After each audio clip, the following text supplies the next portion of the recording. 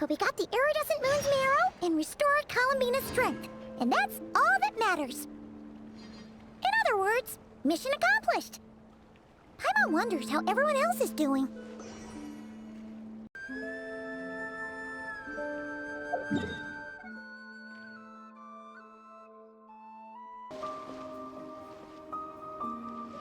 Oh, do you think the others are making good progress? Hope it's all going smoothly. Oh, hey look! They made it back as well! Flintz, Llama! How did it all go? All is well, thank you. Nefer and Yehuda had to stay at the curatorium to wrap things up, so they won't be joining us for now. I ran into Miss Inefa and Miss Aino on the way back. Their work is still in progress, so I suspect they won't be back for a while either. You seem rather cheerful today, Mr. Flintz. I certainly am. I achieved what I set out to do and came away with more than I bargained for.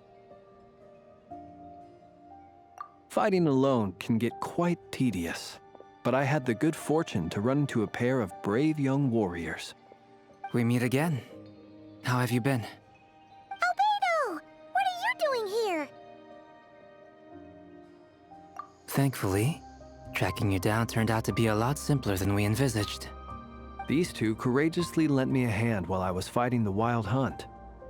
When they told me they were Servarka's colleagues, it all made sense. And given how people of outstanding talent tend to cross paths, it's no wonder you're already acquainted. So, who's your travel buddy, Albedo? Why don't you come and introduce yourself?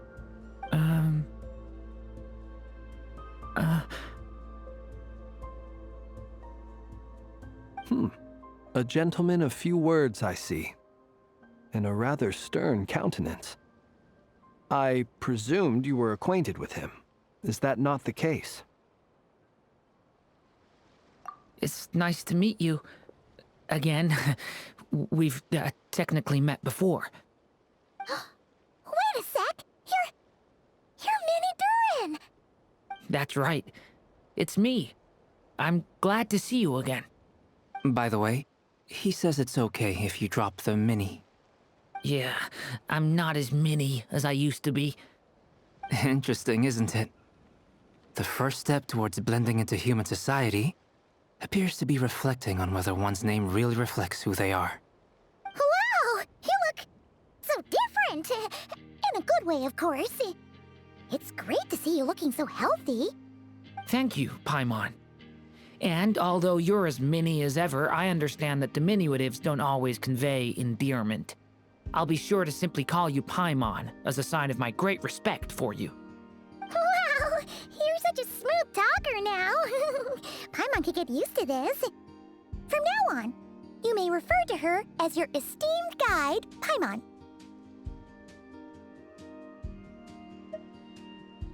Personally, I think our little Paimon is the perfect size. When people call her Little Paimon, it's just because she's so adorable that they can't help themselves. If that's not a sign of endearment, what is? You're absolutely right, Miss Lauma. My brother still has a long road ahead of him when it comes to understanding human relationships. Anyway, speaking of long journeys, didn't Columbina, leave with you? How come she isn't back yet? She's been catching up with old friends. Wouldn't be surprised if she stopped for a cup of tea or 10 on the way back. Uh-oh. People are talking about me. Hope it's nothing negative.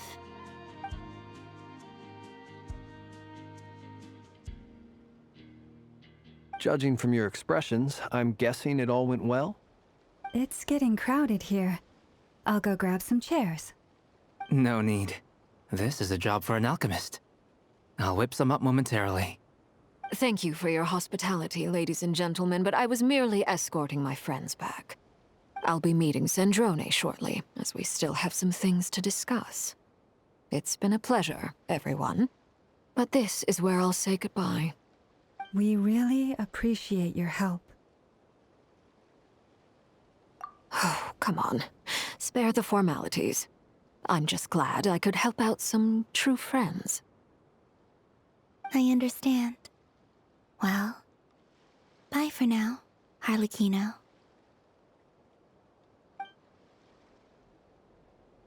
Oh, this place is hopping. It's probably a good thing one of us left. Otherwise, we might not fit all these people in. Are you saying we're about to run out of chairs? As a matter of fact, I am. Come on in and see for yourself.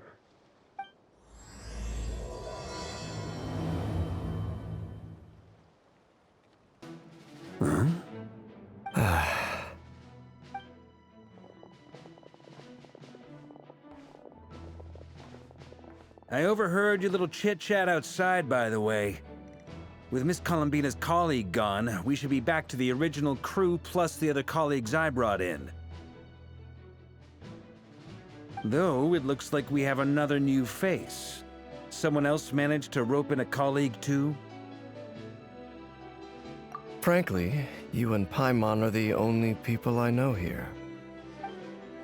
This here is Dainsleif, colleague of Tibet's greatest guide, Paimon, and greatest adventurer, the Traveler.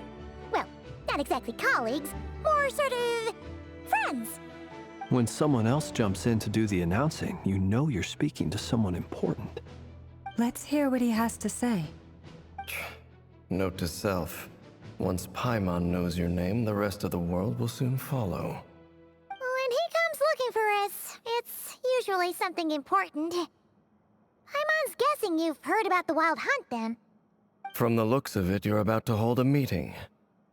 If I were to say that the Wild Hunt is our mutual enemy, would that earn me a seat at the table? As the saying goes, the enemy of my enemy is my friend. Mr. Dainsleif, there's a seat with your name on it. Though, I can't promise the same for everyone else. Hey, Albedo, think you can rustle up a couple more chairs?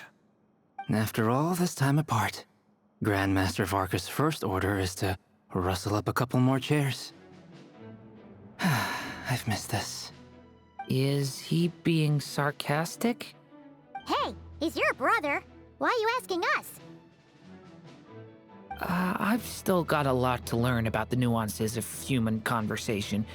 Trying to decipher Albedo's way of speaking has been like jumping in at the deep end. Oh, good point. Paimon gets you now. Don't sweat it. There are people who go their whole lives without getting the hang of it. You're ahead of the game already.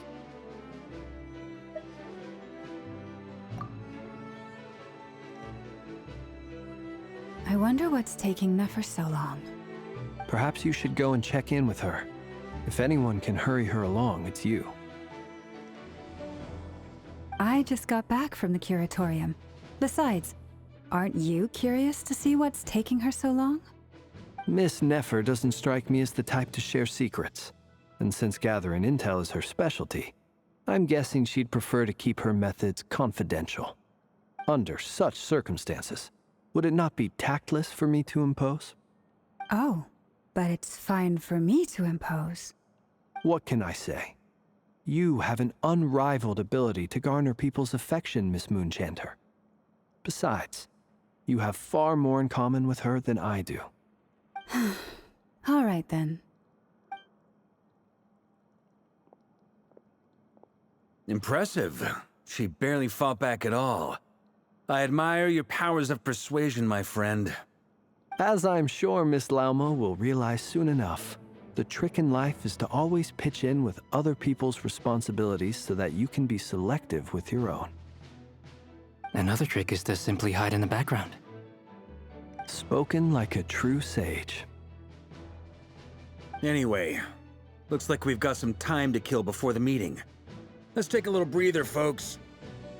And feel free to chat amongst yourselves. We'll get down to business once the other two arrive.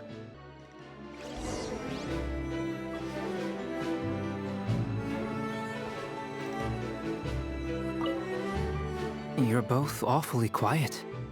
Why don't I start us off with an icebreaker? Much obliged. Have either of you ever had your portrait painted? If not, I'd be glad to help. That sounds like a lovely idea. You know how to paint, then? I dabble occasionally. He's an excellent painter. Tables, chairs, people, dragons, you name it. He'll paint it for you. I'm flattered. If I ever get the chance, I'd like to give it a try myself. I'll bear that in mind. Anyway, how about you, Durin? What sort of portrait would you prefer? Oh, I'd be fine with anything. Whatever style feels best to you. Very well. Then I'll play it by ear. You can replicate any style I want? I can try. If you show me a sample, I'll do my best to match it. Thank you. In that case, I'll dig up some reference material for you.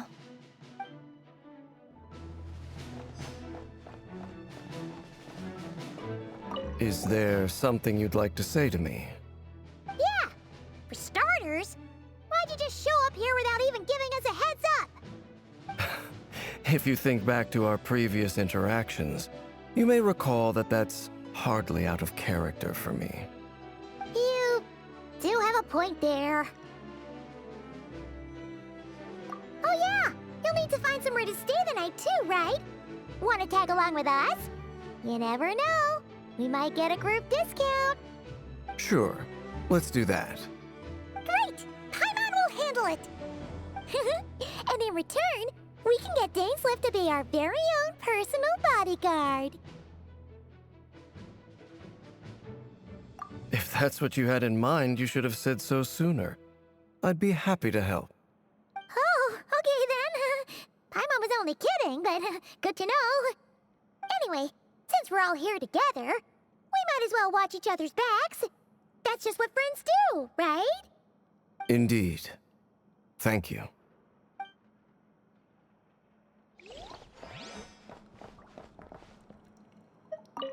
Truth be told, I can't remember the last time I was in a meeting with so many people. You're not alone there, my friend. The Lightkeepers also struggle to bring everyone together for a serious discussion. I don't doubt that. I've only ever met two Ratniki, one being you, and the other being that young guy, Itlua. Itlua is a good apple. I'll give him that. He's kind, honest, and regularly delivers supplies to my lighthouse. A true Ratnik to the core. In that sense, he puts me to shame. So you're what? A fake Ratnik? That's what it sounds like you're saying. But I get the feeling that's not quite what you meant.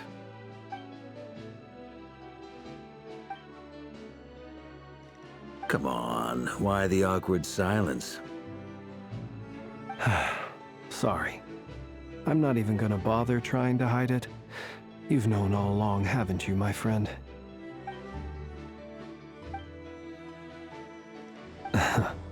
Now that was an awkward silence. Let's just keep this between ourselves. Probably best if Itlua doesn't know, huh? That goes without saying. Gotta be careful what you share with youngsters, after all. Anyone else in the know? Let me guess. The Traveler and Paimon? It's dangerous being too sharp for one's own good, you know. Then, in the name of the Animo Archon Barbados himself, I swear, your secret's safe with me. When we went for drinks, you said that you and Barbados were practically best buds. In the light of that claim, do you really expect me to take your oath seriously? Of course. Just as long as you don't go spreading around the fact that I'm close with Barbados, all right? Fair enough, then. Nothing like a bit of mutual leverage to seal the bonds of friendship.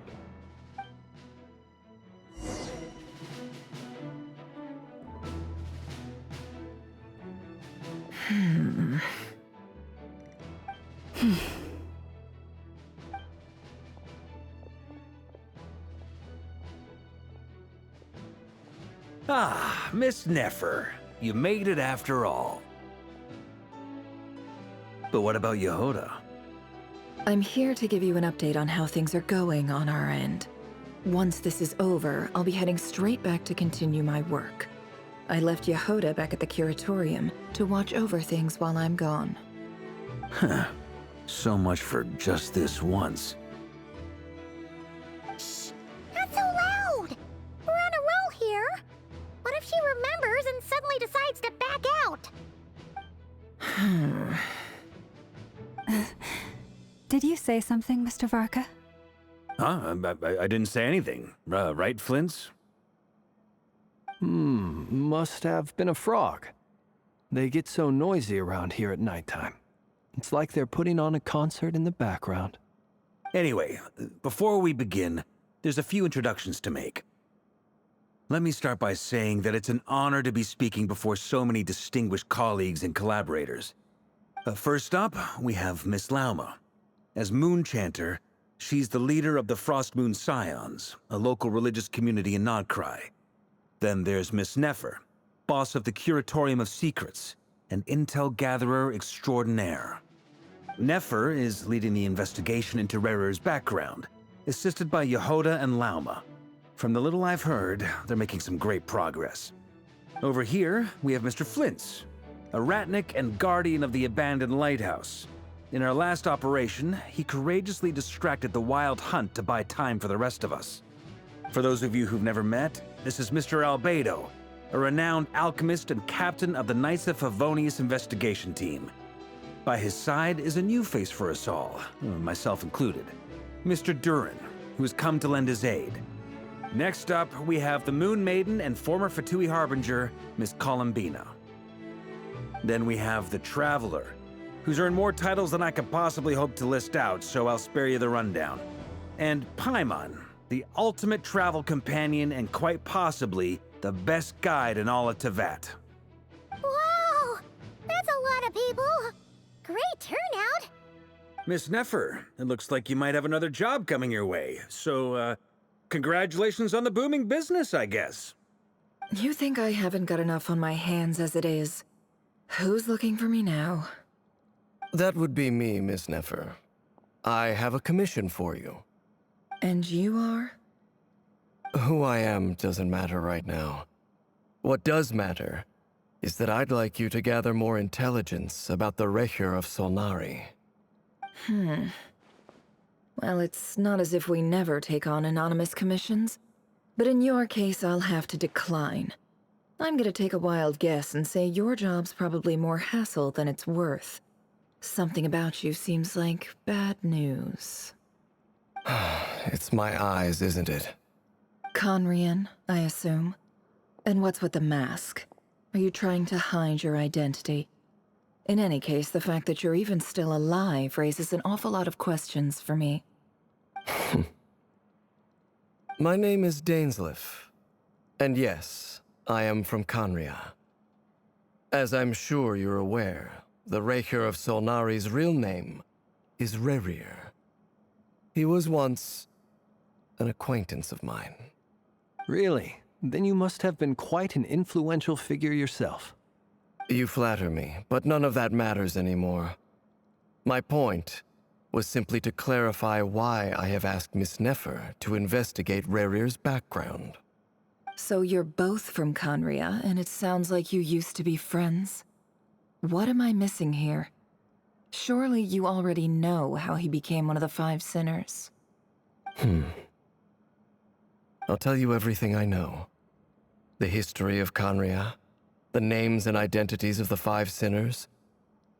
I remember it all like it was yesterday. I have never spoken openly of this before. But the truth was exactly as people say. The Five Sinners were each driven by their own desires, and it was by playing upon these that the Abyss tempted them to their fall, tearing Conria apart in the process. The visionary, Vedafenir, who wished to foretell the future. The wise, Haroptatir, who sought limitless knowledge. Gold, Rhindaughter, who desired to create life. The foul, Surtologi, who pursued supreme strength. And last, but not least, Recher of Solnari, Rerir, Ravager of the Moon. Of the five, Rerir is the only one who remains a mystery to me. He never harbored grand ambitions. So what changed in the space of a single night? How did he come to fall like the others? In other words, you're saying that his change came as a shock to you, and you have no idea what actually happened? That's right. You mentioned how the Abyss tempted them, which led to their fall. But what did that look like in practice? And what other context can you give me about the events of that time? The more detail you can give me, the better. Strangely, now that it comes to it, I hardly know where to begin. The fateful night took place during the era of the Eclipse Dynasty. One day, my elder brother, the visionary, Vedifenir, was summoned to the palace by the Vinster King, only for the king to gouge out his eyes and cast him into the dungeons. When I came to hear of this, my fury knew no bounds. I gathered together every ally I thought I had, and together, we set a night to storm the palace and free Ved. Centuries on, the memories of that night still haunt me like a never-ending nightmare. We broke through the palace gates, just like we had planned, each striking towards our separate targets. But then, I was betrayed. Even Vedifenir, the very person I had come to rescue, abandoned me and partook of the Abyss's power. So, it's personal after all. Then tell me, Mr. Dainsleif, what price are you willing to pay? You, of all people, must know that nothing comes for free. I cannot say what price would be worthy of such a commission. But know this. Rerir was not always a madman. Believe it or not, there was a time when he was just an ordinary man, working for the Conrian Intelligence Service. Uncovering the truth of Rerir's past is the only way to unravel this mystery. But before you decide if you will accept my commission, I will tell you more about him. Enough, I hope, to help you plan your next move. Sounds pretty good to me.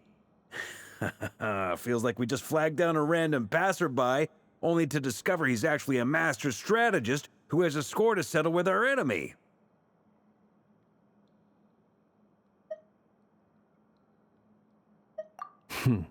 Can I borrow your halo? It could be useful in the lighthouse. Hey, enough with the wisecracks! Besides, isn't that lamp of yours bright enough already? Relax. It was meant to be a compliment. If that was a little over the top for your liking, I'll make sure to tone it down next time. I'll give your proposal some serious thought, Mr. Dainsleif. Let's speak in private once the meeting is over. Before that, there's a few things I'd like to share.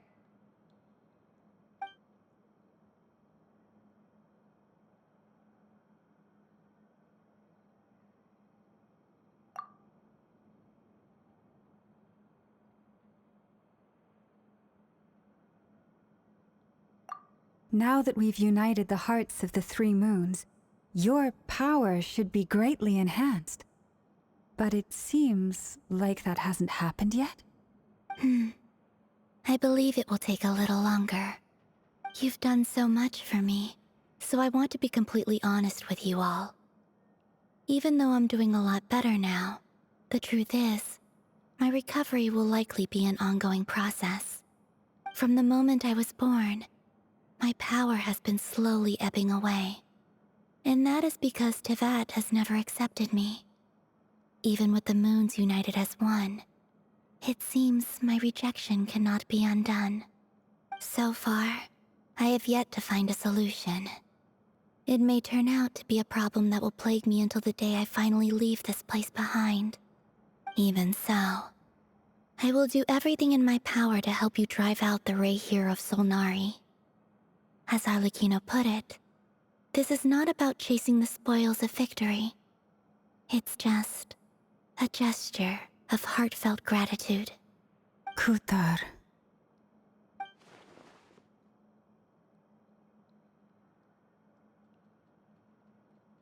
Defeating the Rayhir of Solnari will be no easy task. While my strength slowly recovers, we'll also need to gather more intel. Naturally.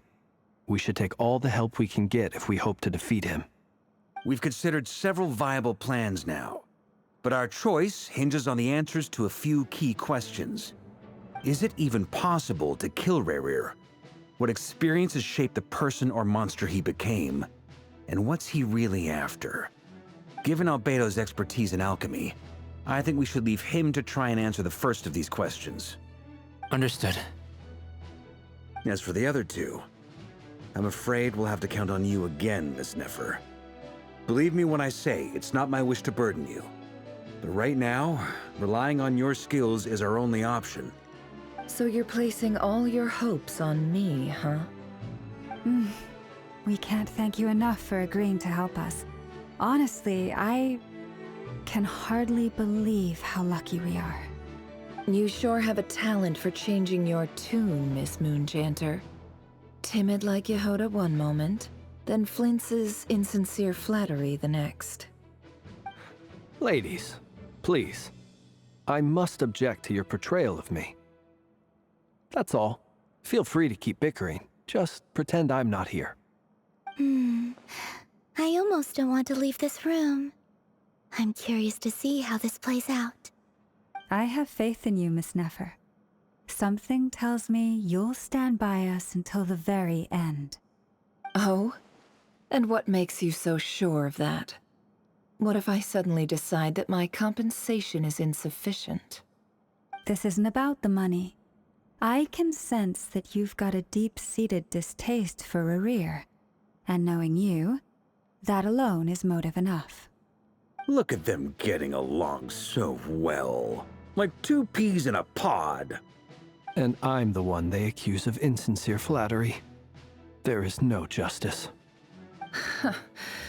Miss Lauma, you have to understand something.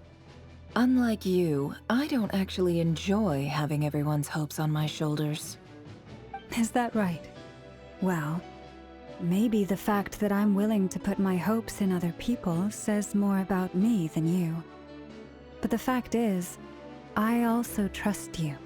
And that's because I know that you're someone we can count on. Anyway, we've got our plan, so let's get moving. Mr. Dainsleif, let's talk. And Traveler, once we're finished, if you've nothing else planned, I'd like you to come with me. This whole experience is teaching me a lot. For instance, I now know that when other issues come up in the future, I'll have far more luck getting Lauma to convince Miss Nefer than trying to do it myself. Hate to say it, friend, but that's one of the funniest things I've heard in a while. Why? You think I've got it wrong? Quite the opposite. But what makes it so hilarious is how long it's taken you to realize.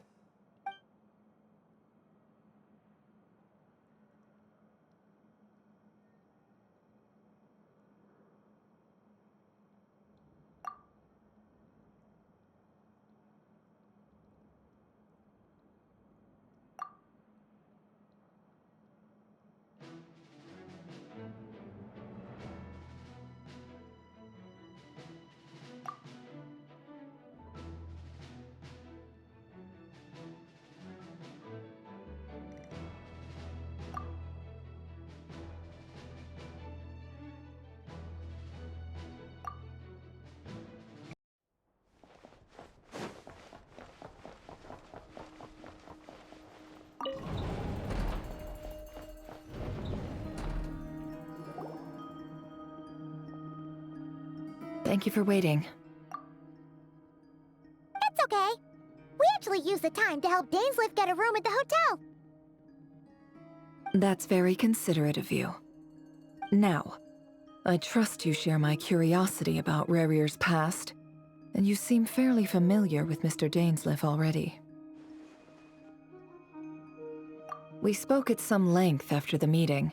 He was the one who suggested I should invite you to join this operation. He feels confident that these secrets will be safe with you. Dane has a lot of faith in us, that's for sure.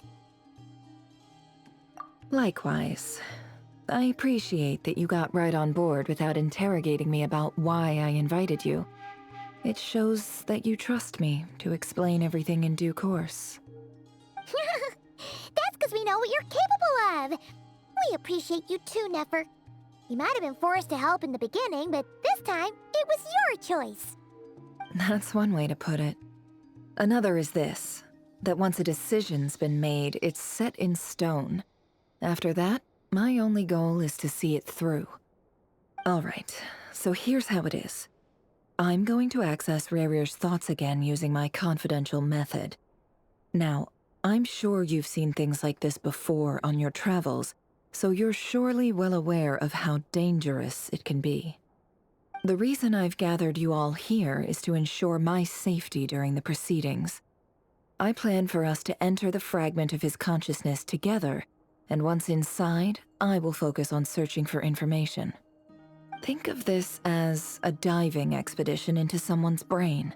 If I'm the diver, you are my safety equipment, tasked with keeping me alive while I'm under the surface.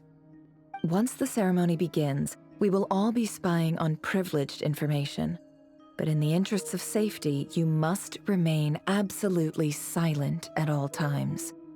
We will discuss our observations after the ceremony has concluded. Lastly, any individuals of a weaker constitution are advised not to partake in the ceremony. In any case, Paimon has her own job to do, which requires staying in the room but not joining the ceremony.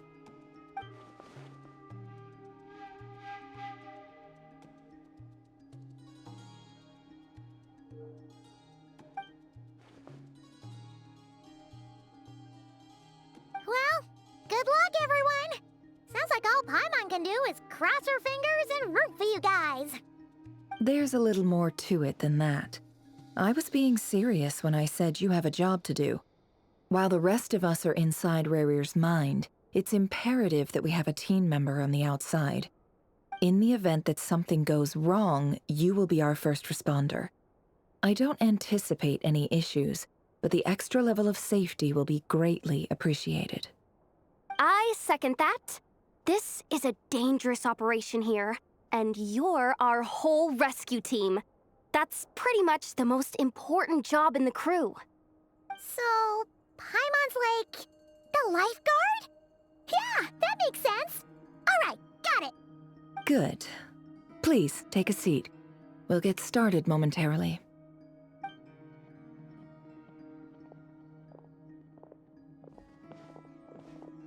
So, did Mr. Dainsleif tell you anything else? He told me that he believes Rarier kept some big secrets in his life.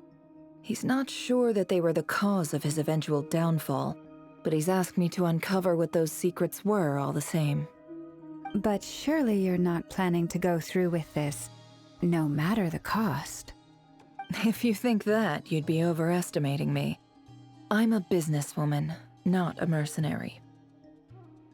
But I do have my own professional reasons for taking this job. You think I'd turn down the opportunity to get a first-hand glimpse into Conrian history?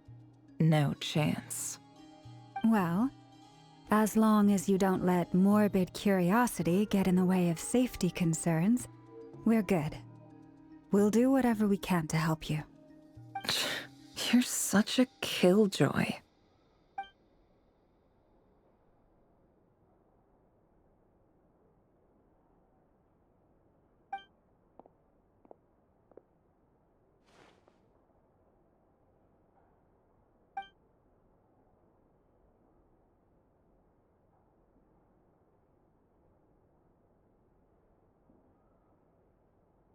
All right, I'm good to go.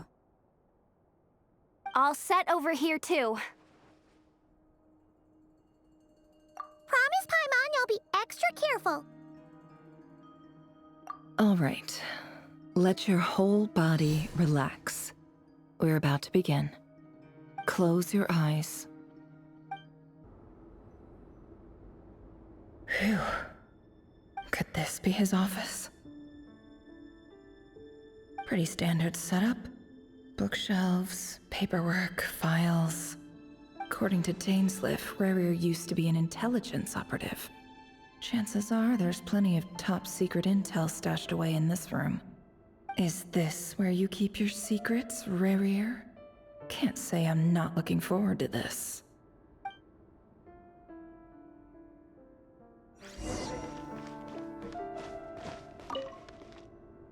Bookshelves full of documents.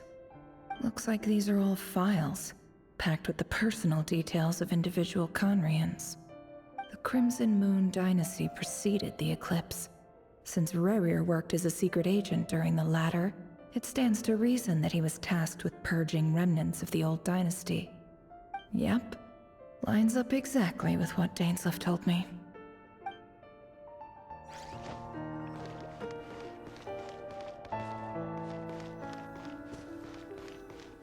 He looks even gloomier than last time. I wonder what's changed.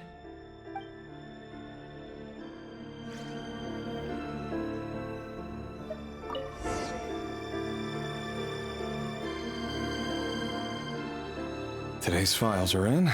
Time to wade through them, just like usual. Male, 51. Occupation, cook. Confirmed Crimson Moon descendant. Has maintained frequent contact with other descendants over the past year. Poses a threat to the dynasty. Neutralized on...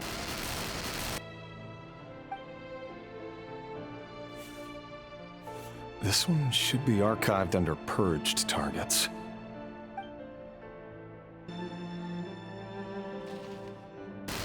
Female, 23. Occupation, office clerk. Confirmed Crimson Moon descendant. Has maintained frequent contact with other descendants over the past year. Poses a threat to the dynasty. Neutralized on... Another one for purged targets. Sounds like she was that other man's daughter.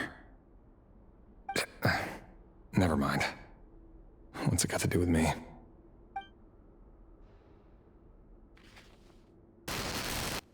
Male, 40. Occupation, teacher. Confirmed Crimson Moon descendant. Has been observed making contact with other descendants during the past year. Poses a threat to the dynasty. Neutralized on... Just another nobody for the archive. Come to think of it, I remember surveilling this man. A case like his never would have been considered a priority in the past. Huh. He barely even interacted with other Crimson Moon descendants.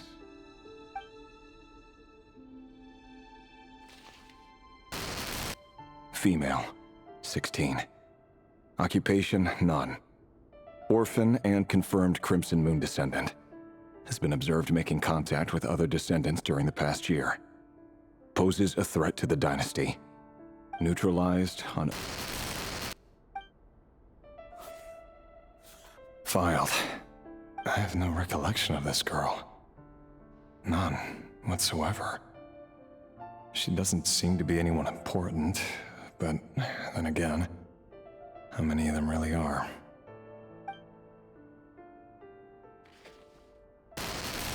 Female, 13. Occupation, none. Orphan and confirmed Crimson Moon descendant. Has been observed making contact with other descendants during the past year. Poses a threat to the dynasty. Neutralized on... Filed.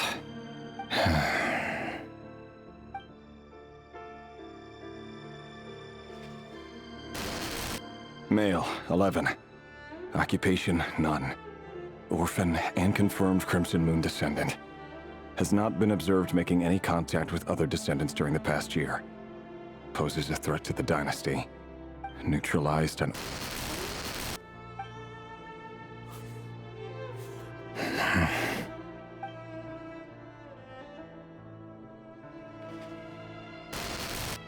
Male. 6. Occupation, none. Orphan and confirmed Crimson Moon descendant. Poses a threat to the dynasty.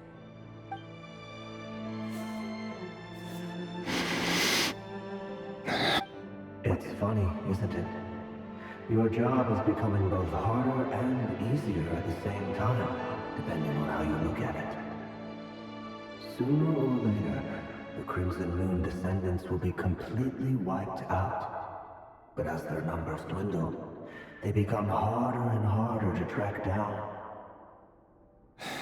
That's not how it is. Fortunately, however, most of the able-bodied adults have already been taken care The remaining weaklings will be increasingly easy to deal with. No! No. My job is to ensure the survival of the Eclipse Dynasty. And the only way to do that is by eliminating any and all potential threats. It's a perfectly legitimate line of work. Every single one of my colleagues can attest to my fairness. And if my friends were aware of the facts, I know they'd back me up too. Assuming, of course, that they were aware of all the facts.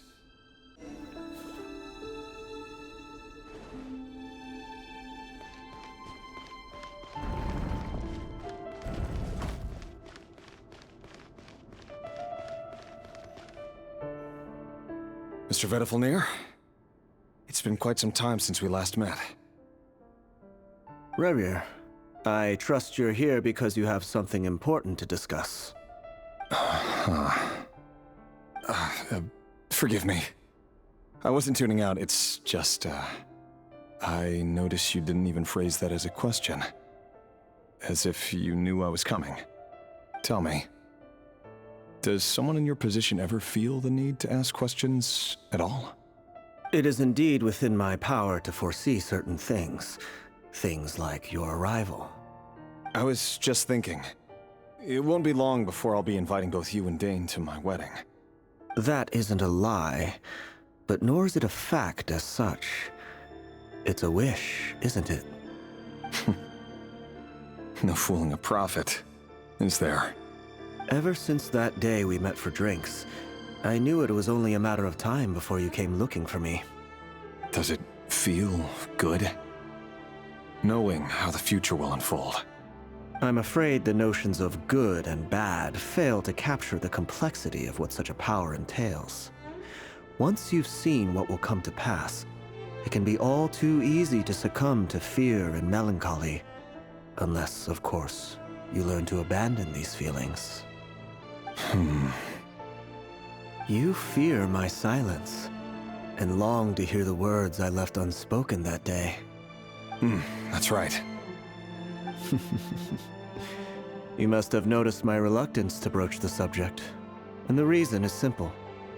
Because the truth could never have lived up to your hopes. For both our sakes, such words are better left unsaid. The burden of prophecy was never meant for your shoulders. So who exactly do you deem worthy to hear your prophecies? None but our exalted king? Or rather, our king as he once was. You're closer to his majesty than I am. You must know better than anyone how much he's changed. You say that as though it is to my benefit. Yet precisely because of that, I dare not speak rashly. A king can turn out to be the most virtuous of rulers, or a tyrant more terrible than the most vicious of dragons. You are so wise and far-sighted, yet still you would have me live in fear of the unknown? You make a fair point. Especially given my silence alone was all it took to send you spiraling downwards. Very well then. Let me offer you some advice. And I say this not as a prophet or a visionary, but simply as the brother of your friend. For many reasons, there is very little chance of your marriage ending in happiness. If happiness is what you seek, you should find another fiancé.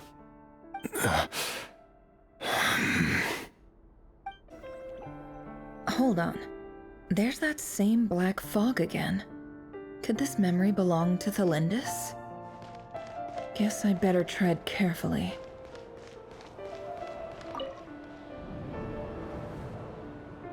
Wait. Hear me out. This time we finally got a clear look at his face and learned his true identity. His name is Rerir, and he claims to be one of the king's guards. What did you say? A cruel irony, isn't it?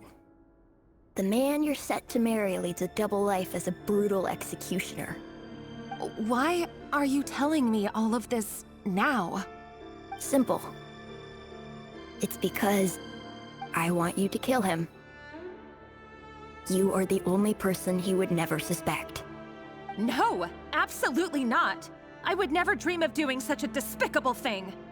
So you'll just stand by and watch him slaughter us to the last? Do not forget that the blood of the Crimson Moon flows in your veins too. The blood of the Crimson Moon? What does that matter now?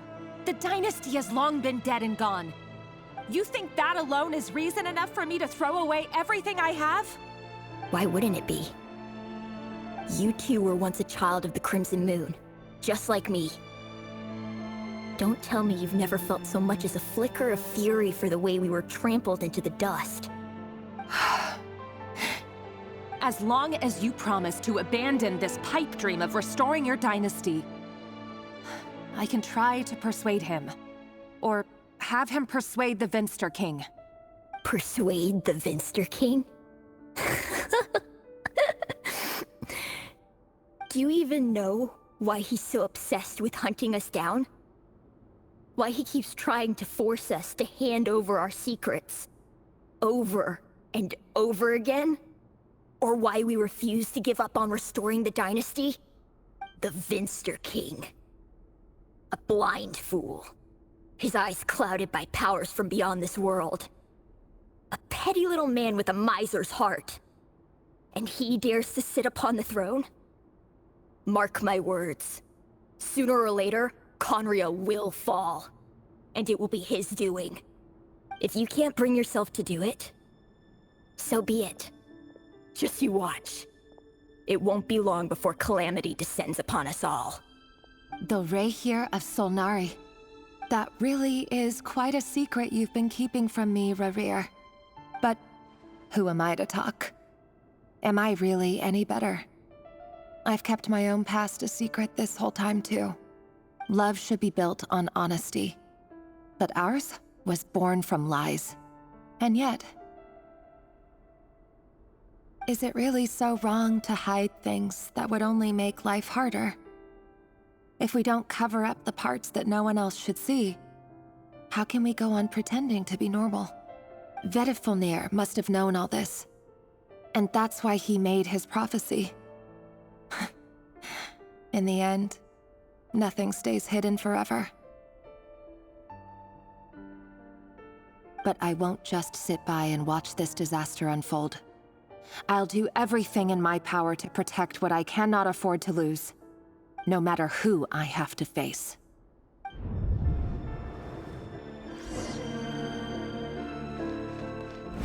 Huh?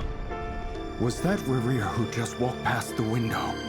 Doesn't it give you the chills that he still takes the same road to work every day? As if nothing ever happened. Those people at the deli. Enough already. They're clearly pretty taken by their own disguises, so just smile and play along. Pull the rug from under beasts like that, and you'll risk having your throat torn out. Deli? Oh. They're talking about those people from the opposition. Right.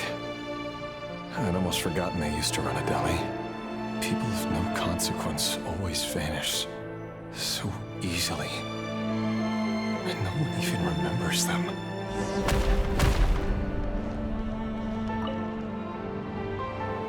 But surely you can see he's not the man he pretends to be!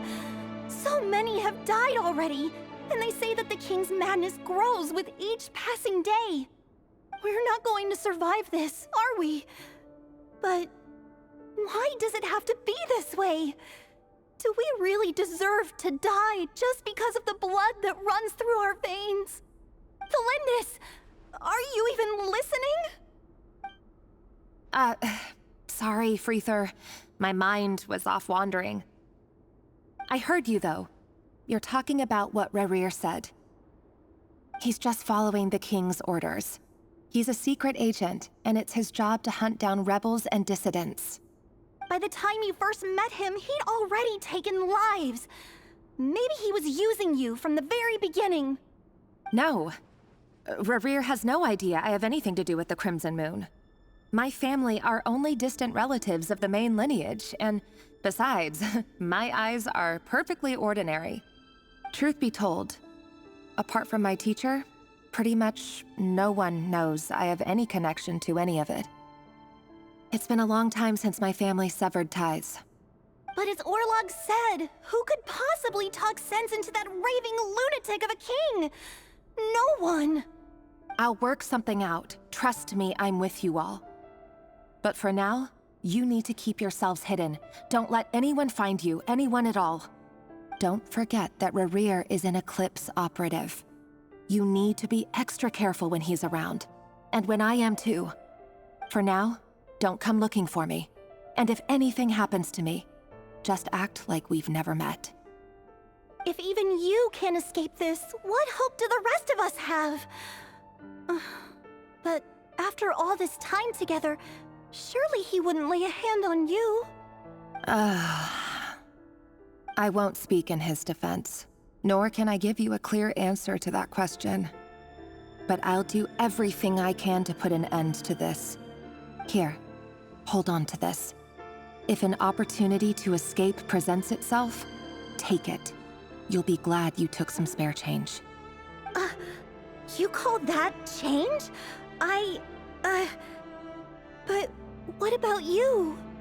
I've got a job, and there's still money coming in.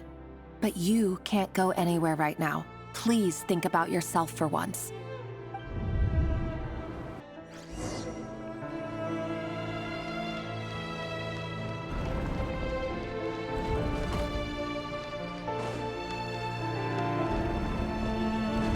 Another day, another round of assassination training.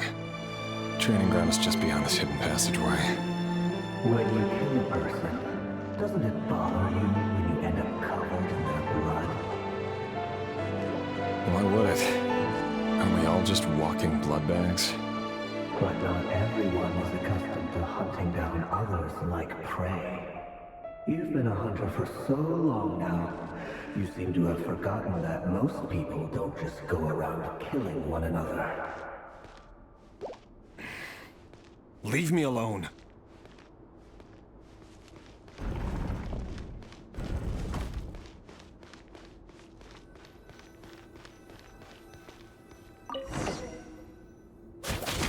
Make sure you have a firm grip on the handle. Then choose your angle well. Keep your movements light and brisk. And the prey won't sense a thing. I doubt that. I'll bet no one's ever died a quiet death at your hands. I work clean. No traces.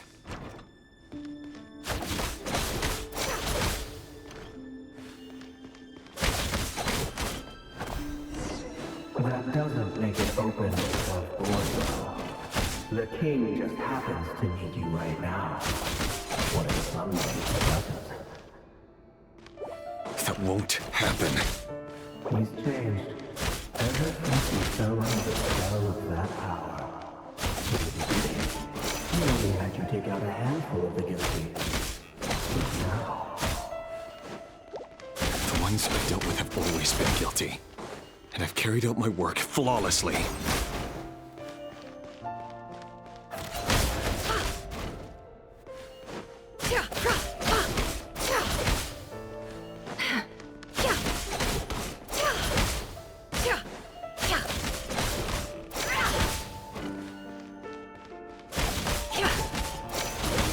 You know why Olympus didn't accept your proposal, don't you? Was it because she didn't trust you? Or something else? Enough!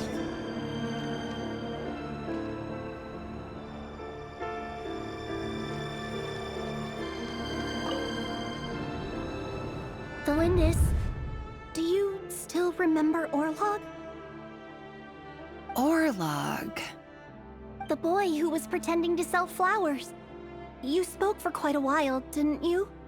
Yes, we did. What about him? He was arrested 2 days ago. Chances are he's already dead. He...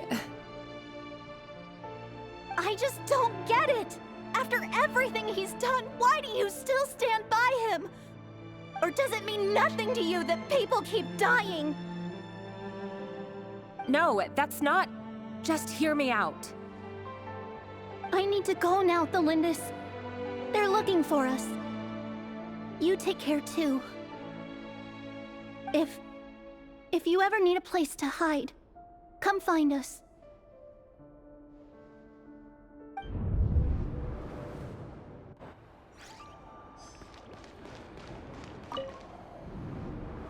Author Thelindis. Over the course of this week, the research object was subjected to interference for a total of 47 hours for experimental purposes. The results are as follows. All subjects of observation that were sent inside have now... The situation within is proving more problematic than anticipated. No progress whatsoever. What now? Won't you give me even a glimmer of hope? Things are getting worse by the day. I have to find a way or we'll all be in danger. But I... If all this research comes to nothing, what then? Sooner or later, it'll be my neck on the line. But could he really bring himself to kill me? No. Surely he wouldn't have the heart.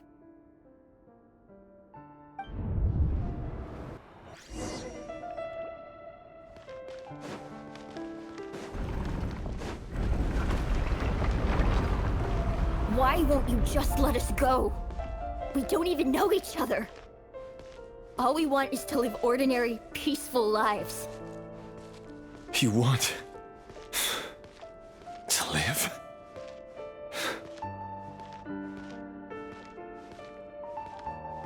Yes. I just want to go on living. Is that really such an unforgivable crime?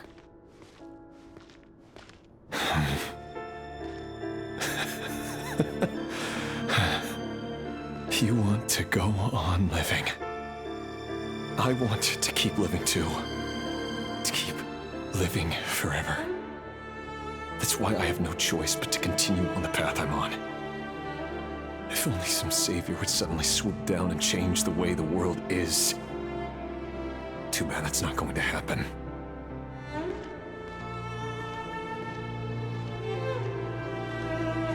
Imagine that.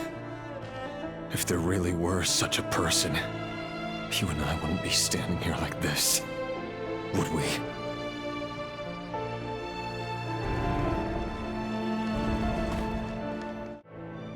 Today's files are in. Time to wade through them just like usual. No, I don't get tired of it. It's my job. And not only am I lucky to have it, I'm good at it too.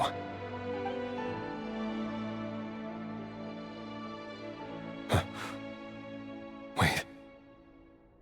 That's... Thelindis? No. No! No! Why? But you bear no mark of the Crimson Moon. How could you possibly have anything to do with them? It cannot be! A diluted bloodline. Carefully concealed. I see it now. You've been living in the shadows just like me. What a fool I've been. Numbing myself with talk of justice. Even imagining my friends would back me up. But in the end, Irminsul. Finster King! How far are you going to take this? From the direct bloodline to secondary offshoots? And then what? Today it's the descendants of the Crimson Moon. Who will it be tomorrow? Will you not rest until everyone down here is dead? No. This cannot go on. This is where it ends.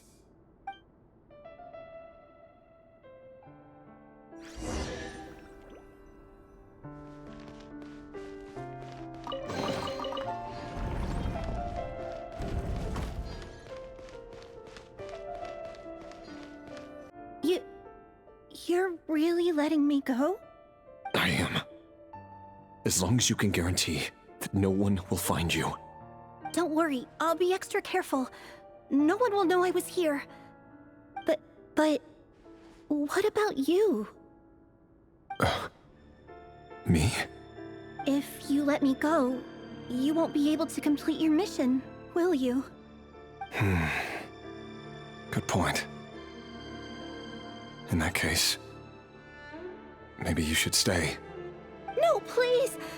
I just want to see the outside world again. To... Go on living? Yes.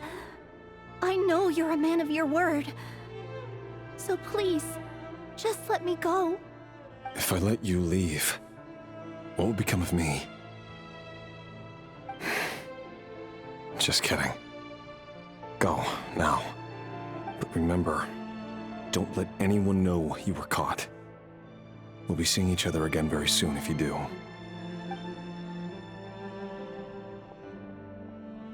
Even shadows in the dark must live by a code. But you can't save everyone. You've been whispering in my ear for days now, Vedifalnir. What are you trying to do? Break me down? I only say this because you long for an answer to your problems. Let her go, Rerir, or you risk losing everything. I will not abandon Thelindis. Then you'll need a little more vigilance and a lot more power. The world is changing, Rerir. Keep your eyes peeled for your moment of opportunity. That voice used to be so unclear. But now I know exactly whose it is. It's Vedifalnir. He won't tell me how to actually resolve any of this, but he keeps trying to manipulate me like a puppet. What's his game here? Tell me then. What will this moment of opportunity look like? And no answer. He's like a ghost. Always disturbing me when I'm on edge, but never answering when I need him most. So, the Eclipse Dynasty was purging, well, massacring the descendants of the Crimson Moon. And it seems like it was all connected to the Vinster King's research. The King's obsession with abyssal power left the future of Conria hanging in the balance. No wonder every aspect of Rerir's life was so unstable. And it looks like this Thelindis, Rerir's would-be fiancée, herself belonged to a sub-branch of the Crimson Moon Dynasty's descendants. It almost defies belief that a couple like them could hide the truth from each other for so long. If the Vinster King hadn't intervened in such a drastic way, they might have gone on deceiving each other for the rest of their lives. And why does Vedifalnir, Dainslif's older brother, keep talking in Rerir's head? This guy kept more secrets than I ever imagined. The human mind is like a vast desert of shifting sands. When you follow the flow of someone's memories, you only ever see the parts they're willing to let surface. Time for something a bit more creative.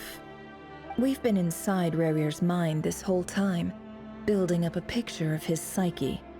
There's already enough clues on the board to start reading between the lines and mapping out the rest. Now, we can finally begin to put the pieces together. Sure, it'll only be a reconstruction, part simulation, part reasoning, but it's usually pretty accurate. Once we've built up a cognitive profile, we just need to cross-check the logic behind his actions. And then we'll be able to take a sneak peek at whatever it is that Rerir has really been hiding. The human mind is like a vast desert of shifting sands. When you follow the flow of someone's memories, you only ever see the parts they're willing to let surface. Time for something a bit more creative. We've been inside Rerir's mind this whole time, building up a picture of his psyche. There's already enough clues on the board to start reading between the lines and mapping out the rest.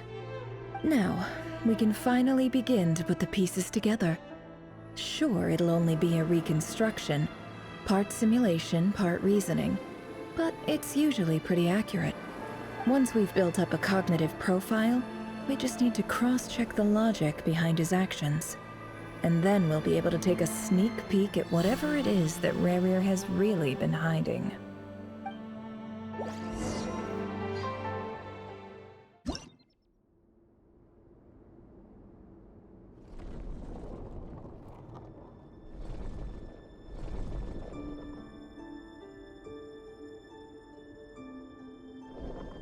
Rerir, are you there?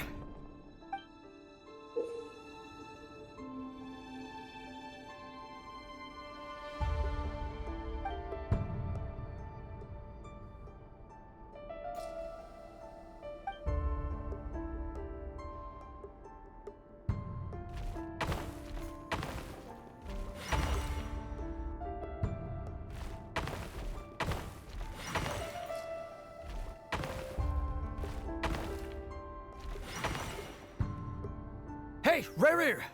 Come out, it's urgent! Dane? What's wrong? Quick, come with me. I'll explain everything once we've met up with the others.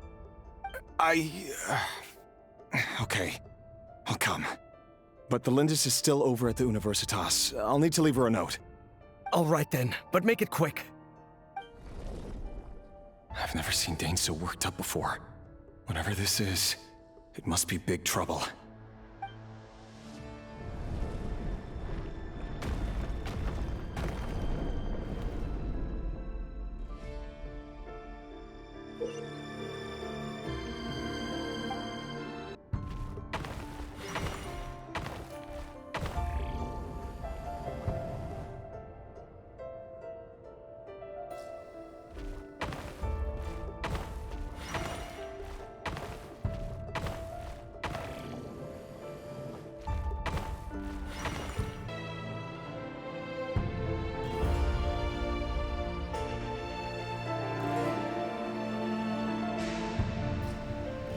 Well, this is a nice change, meeting you all at this hour. When men and women of ambition can speak face to face in broad daylight, I say that's a big step forward for our dear Conria. Don't be ridiculous. We do not fear the day. Why would we seek refuge in the night? You might ask your blade that same question. I'm told it prefers the cover of darkness. The word on the street is that Sertologi only strikes when he has an unfair advantage. But that is patently false. I see you're missing an arm and a leg. Surely only a fair fight could explain that. If this is your way of offering me replacement limbs, believe me, I'll take them. Oh, we can certainly discuss that. With bioalchemy, anything is possible. Assuming I have your full support in my research. Lunatic.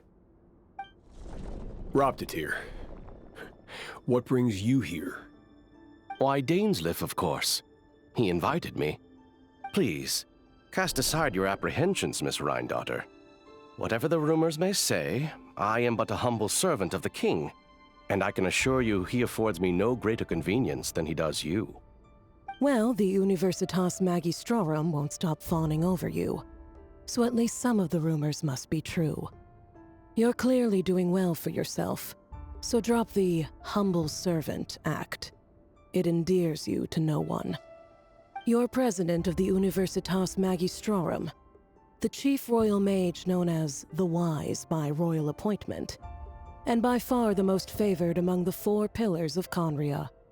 Vice President Veit doesn't even try to hide his envy when he sees you. My success is the product of hard work and good luck. It's as simple as that. Were the king not such an extremist, I hardly think I would have received a senior post at my age. Of course, no job is without its gripes. Serving a king like ours can be a challenging task, as I'm sure you can imagine. And as for Efterveit, in missing out on the presidency, he's dodged a mountain of stress. Like everything else in life, it comes with pros and cons. You're all here. I apologize for the short notice, but it was an emergency.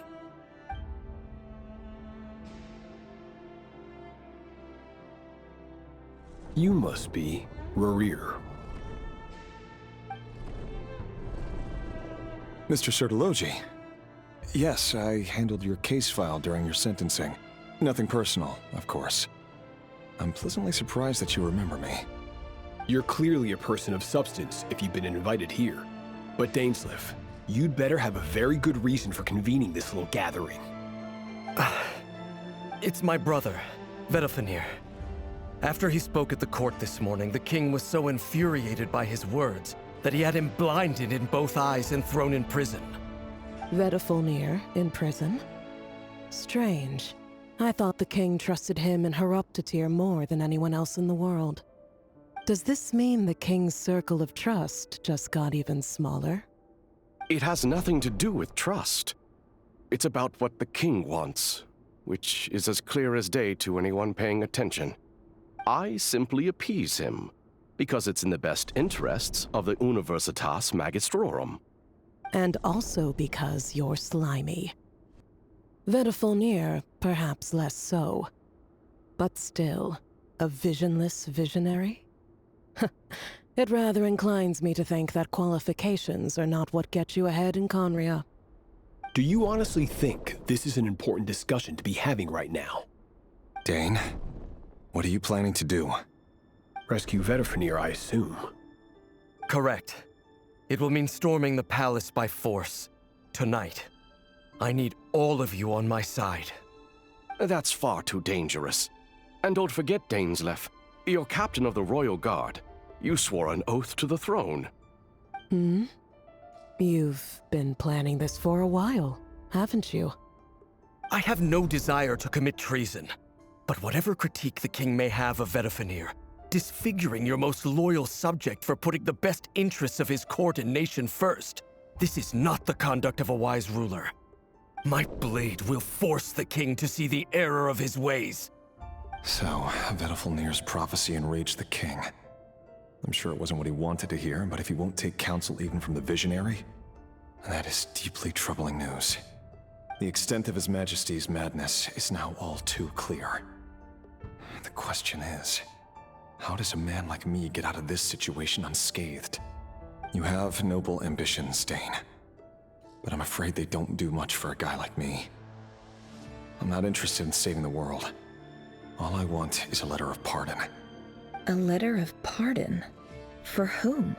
Thelindis? The chances of the Vinster King issuing a pardon for anyone connected to the Crimson Moon seem vanishingly slim.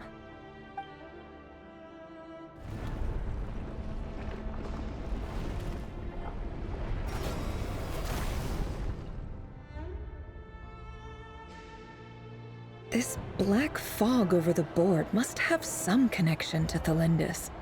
But why is it taking this form? Does it have something to do with Rarir's past? Another mystery I'll need to unravel.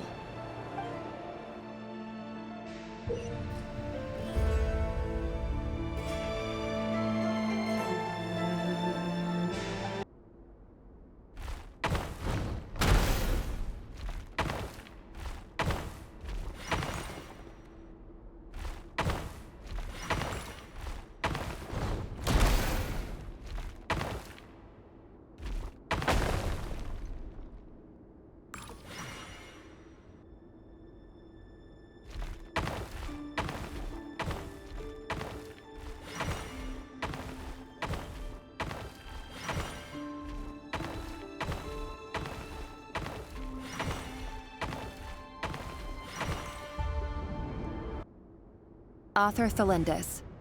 Over the course of this week, the research object was subjected to interference for a total of 60 hours for experimental purposes. The results are as follows. Research dating back to the Crimson Moon Dynasty has established 2 points regarding moon marrow. Firstly, its origins have something to do with a god's power. Secondly, it serves as a portal to an as-yet indeterminate location. Moon marrow can thus be defined as a spatial gateway. However, there are a number of hurdles to overcome before we can answer the question of where it leads to. To start with, opening the gateway requires a specific power source, which the relevant literature indicates. An enormous amount of power is then required to keep the gate open. Currently, the total power output of our instruments remains in the single digits. To make matters worse, I am now the only staff member remaining in the Moon Marrow lab. The Universitas Magistrorum recently decided to move most of its personnel into abyssal energy research, which has stymied all Crimson Moon-related projects. This is not a wise move. I have always maintained that placing all our hopes in a single source of power is risky, especially one as poorly understood as this. As well as making ourselves overly reliant on a single resource, we are neglecting other promising technologies. I apologize if this comes across as disrespectful. But as a Moon Marrow researcher, I desperately want to see the world beyond the gateway. If we really made it there one day, what would we find? And how would we go about taming the unknown? My imagination is endlessly fueled by questions such as these.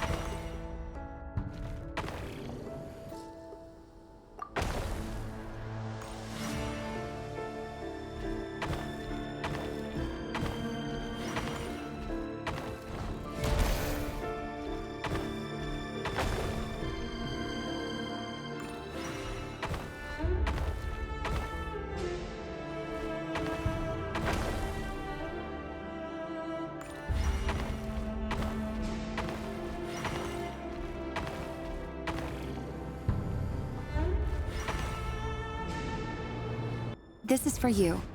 I heard you're gonna leave the city with your parents. The Lindis, did you hear about what happened? I've heard nothing. Rerir got back very late last Friday, and he was acting a little unusual, but he slept pretty well, so I'm guessing whatever he did was a good deed. You never saw him, and I don't know what he did. And this conversation never happened. You understand? What if he finds out that you pried into his secrets? Don't be silly. I don't know what secrets he does or doesn't have. All I know is he's just a normal guy who happens to run some errands for the king. Are you scared of him? I don't know. The Rerir I know doesn't match the person you all describe. Logically, I should be scared of him. And yet, I don't want to lose him. But enough about that. You should get going, and be careful with the package I gave you. Keep it secret. Keep it safe. What's in it? A piece of the moon. All you need to know is that as long as you keep it safe, then in the future, everyone will be able to see a red moon. A red moon? You mean our moon? That's right. Our moon. Promise me you'll look after it. I promise, the Lindis. The Crimson Moon bloodline will never die out. Its light, the color of blood, will become like a fire that flows in our veins, no matter how long it takes.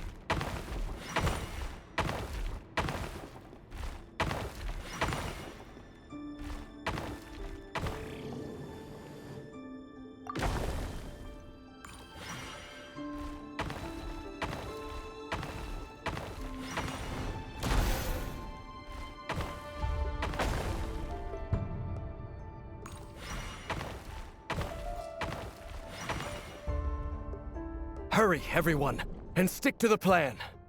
Sir Dainsleif, what are you? Is this treason? You know what happens to those who betray the throne. Please, don't do this! It is the king himself who has betrayed the throne. He has betrayed all of Conria. If you have any love left for justice in your heart, you should join me.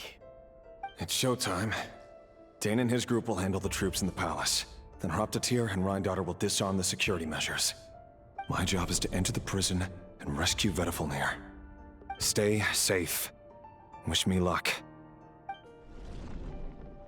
Look after my brother. Draw your blade.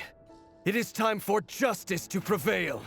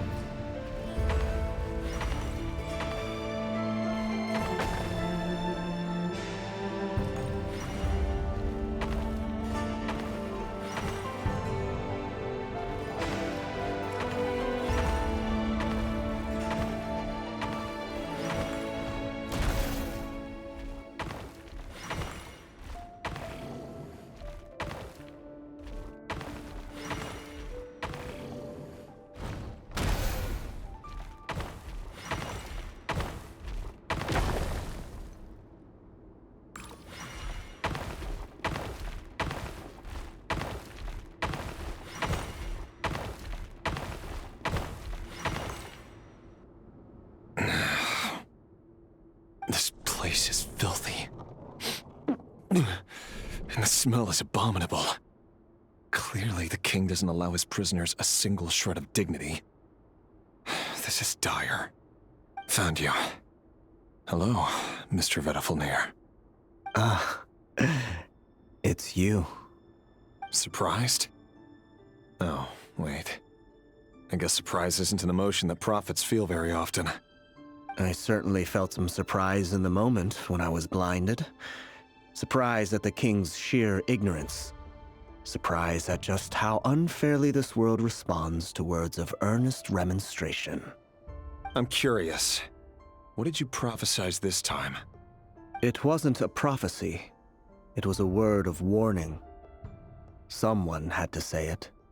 The king has forsaken all reason in pursuit of his obsessions. I simply told him that if he continues on this path, Conria will surely fall. But he didn't listen. Worse still, he stabbed you in both eyes and locked you away. Dane asked for my help. The court is in complete chaos now, but I'm sure you predicted that. Everything is transpiring as I foresaw, yet I am powerless to change it. Fate is an immutable force. I can but lament as the inevitable unfolds. I do wonder whether giving a man the power to see the future does nothing more for him than slowly crush his spirit. Forgive my curtness, Vedifalnir, but the king did not suddenly turn on you today. His suspicions have been brewing for a long time.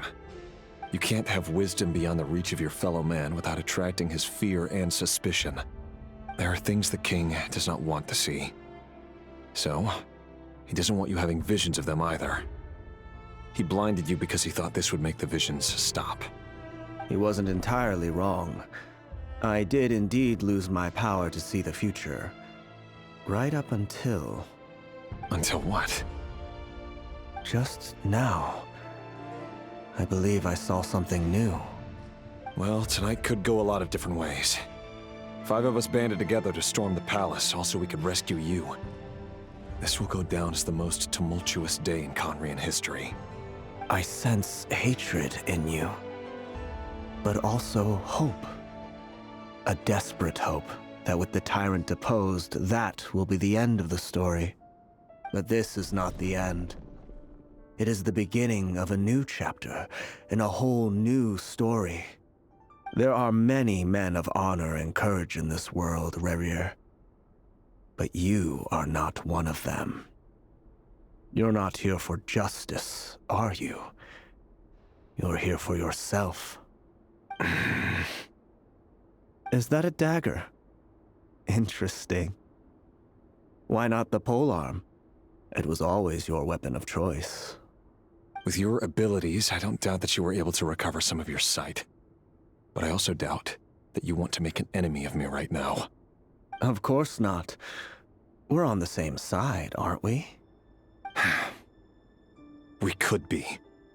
But I need you to be honest with me, Vedafilnir. At this point, you're my only hope for the future. You mean your future? With your beloved, Thalindis? Yes. And I know there are bigger things at stake here. A dynasty, a nation, maybe the entire world. But forgive me, I care first and foremost about myself. I can't abandon the one I love to save myself. I just can't do it. But you see a broader picture of the future than I. You see the solutions to the biggest problems of our age.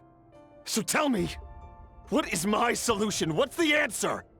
In matters of fate, answers are either right or wrong. What will be and what will not. Maybe you are willing to pay a certain price in the pursuit of happiness, but unfortunately, fate does not negotiate. That is the cruelest thing about fate. It is unmoved by your sacrifices. That can't be true. I know it's your voice that I keep hearing in my head, urging me to see how the world is changing, to seek more power, so I can protect the things I love. You show me disaster, but you won't show me how to avoid it? Why? Why are you doing all this? My voice. In your head.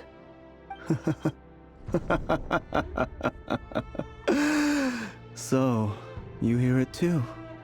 The voice that steals your mind, gains your trust, and drives you crazy. It turns out that we are not so different, you and I. Vedafilnir just broke into the strangest smile I've ever seen in my life, as if he'd discovered some monumental secret. But then he suddenly switched to looking extremely weary. Very well then. My advice to you is as follows. You must persevere. Whatever trials and tribulations you may face, be steadfast in the belief that they are your path to the future. For as long as you live, your story with Thalindis shall not come to an end. That is the only chance you have of fighting back against fate. It is up to you whether you believe my words. Regardless, that is all I will say on the matter. I have no right to intervene any further. I will hold you to your word. Thank you for setting me free. In return, I will tell you one more thing that you cannot afford to ignore. Just then, a strange wave of energy rippled through the city. We had no idea what it could mean. If I were you, I would head to the Universitas Magistrorum. The Universitas? Oh no! I'm sure we'll be seeing each other again very soon, Rerir. Whatever Vedafilnir said, I didn't catch it. I didn't even help him out of the prison. There was no time to lose.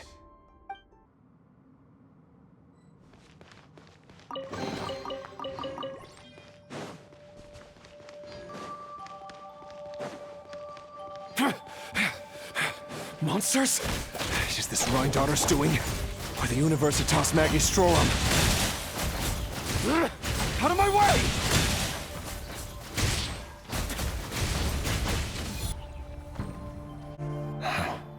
The Universitas. That reminds me of a rumor I once heard. Allegedly, the king installed secret mechanisms in the palace and around the city. No one knows where they are or what kind of power they hold. But if they were ever gonna activate, it would probably be on a night like tonight. Help! Help! Hold on! Don't let them anywhere near you! Save me! I can't! Ah! That sounded like an explosion. So, the rumor is true? The king really went through with it?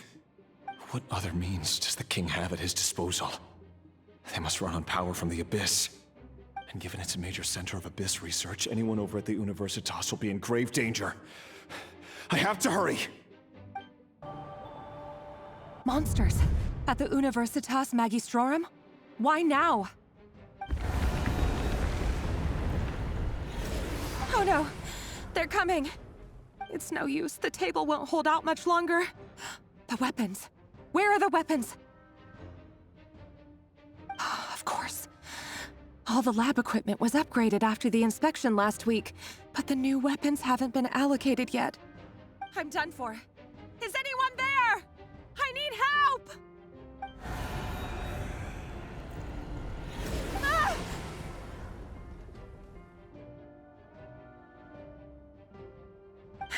Stay back! Please stay back! Please!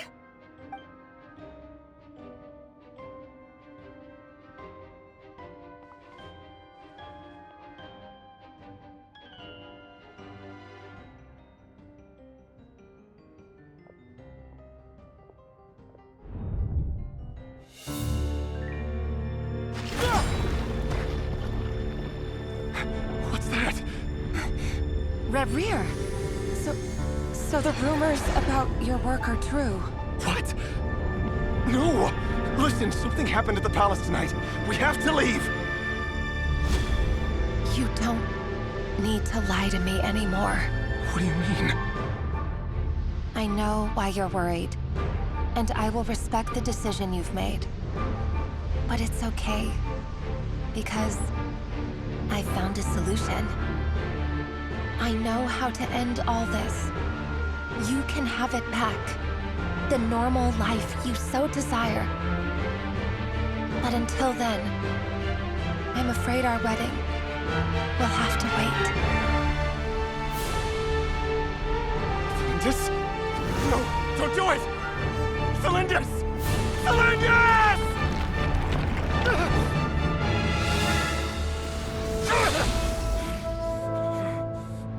I told you, Reverie. Let her go. You will find someone better. No! No, I won't do it! I have to save her! By what means exactly? A lowly pawn. You lack the power and the strength of will. Do you know a way? Tell me! Come to the palace. Join us.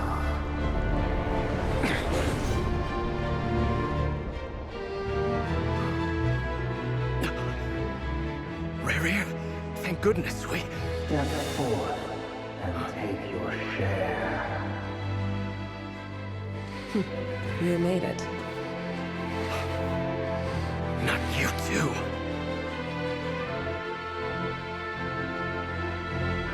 Hatred or grief, despair, desire. We all have our own.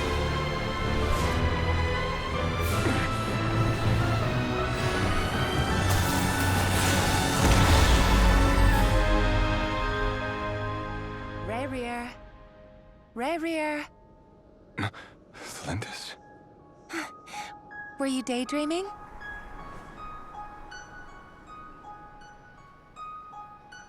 You still remember, Reverie? That question you asked me a couple of weeks ago? Oh. You mean the proposal? Yeah. I'm wondering, where do you think would be a good place to discuss it? Maybe in the garden? Or were you thinking a fancy restaurant? It's your choice.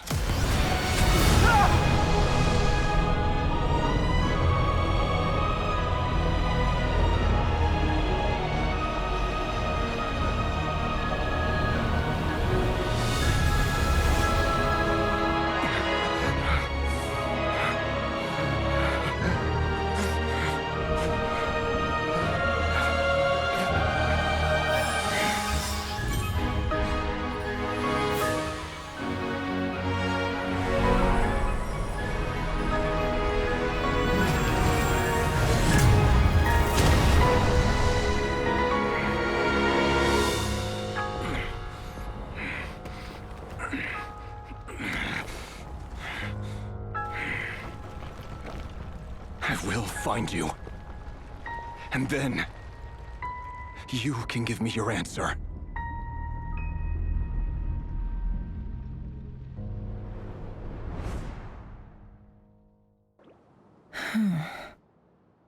So that's how the Raker of Solnari was born. A monster created by circumstance is a monster all the same. Viewing other people's thoughts for too long can get uncomfortable. Right now, I'm feeling a strong sense of loathing. In a nutshell, the story of Conria is what happens when the truth falls by the wayside. Everyone tells little white lies, and before long, you have a huge pack of lies that destroys everything. Phew. Time to get back. His past is filled with sorrow, but the tale of any fallen civilization is one of endless tragedy.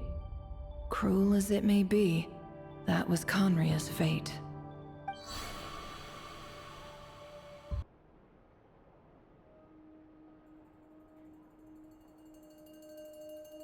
Everyone, I'm back. Can I get a standing ovation? Never! How are you holding up? Feeling okay? She's fine. Boss is a pro. Yes, I'm fine. You will have seen the events of Rarir's life through my thoughts. It's now clear that he is just a regular nobody, driven by personal tragedy, as he said himself. I mostly agree. There's only so much we can know about him from his memories alone, but they did give us a clear glimpse into his life in Conria. However, I would not consider Rarir to be a nobody. He was deeply involved in the events of that era. Yet, when the catastrophe of a generation strikes, nobody is safe. Sounds to me like you're speaking in riddles again. Is this you urging me not to abandon the people of Nodcry in their hour of need? That's not what I meant. Although I do hope you choose to remain a part of the plan. Without you, the mission ahead will be all but impossible. Then try to remember that I respond better to the carrot than the stick. And I don't appreciate being bossed around. Now, as for you, Missy, you were excellent. You stuck to the rules of the ceremony and kept your mouth shut the entire time. Bravo. Cool. So, can you fill me in on the deets now? Most of what I saw went right over my head. Patience. You'll hear the whole story, don't you worry. But let's meet up with the others first. It will save me narrating it twice. Yehoda? Yes, boss. Let me get that door for ya. That's more like it. For a moment there, I was worried you'd forgotten about the first clause of your employment contract. Forgive my curiosity, but what does the first clause say? It says I gotta do the annoying stuff that boss is too lazy to do for herself. Like opening the door, pouring the tea, yada yada. Is that right? If something is in the contract, it's because she willingly agreed to it. Rest assured that the Curatorium abides by the very strictest of labor policies. You don't seriously think I'm cruel enough to treat her like my slave. In any case, I've hardly shied away from my share of the work today. Hope I don't catch Flintz and Varka lounging about in their chairs, enjoying a leisurely cup of tea. There's nothing I dislike more than other people enjoying themselves while I'm hard at work.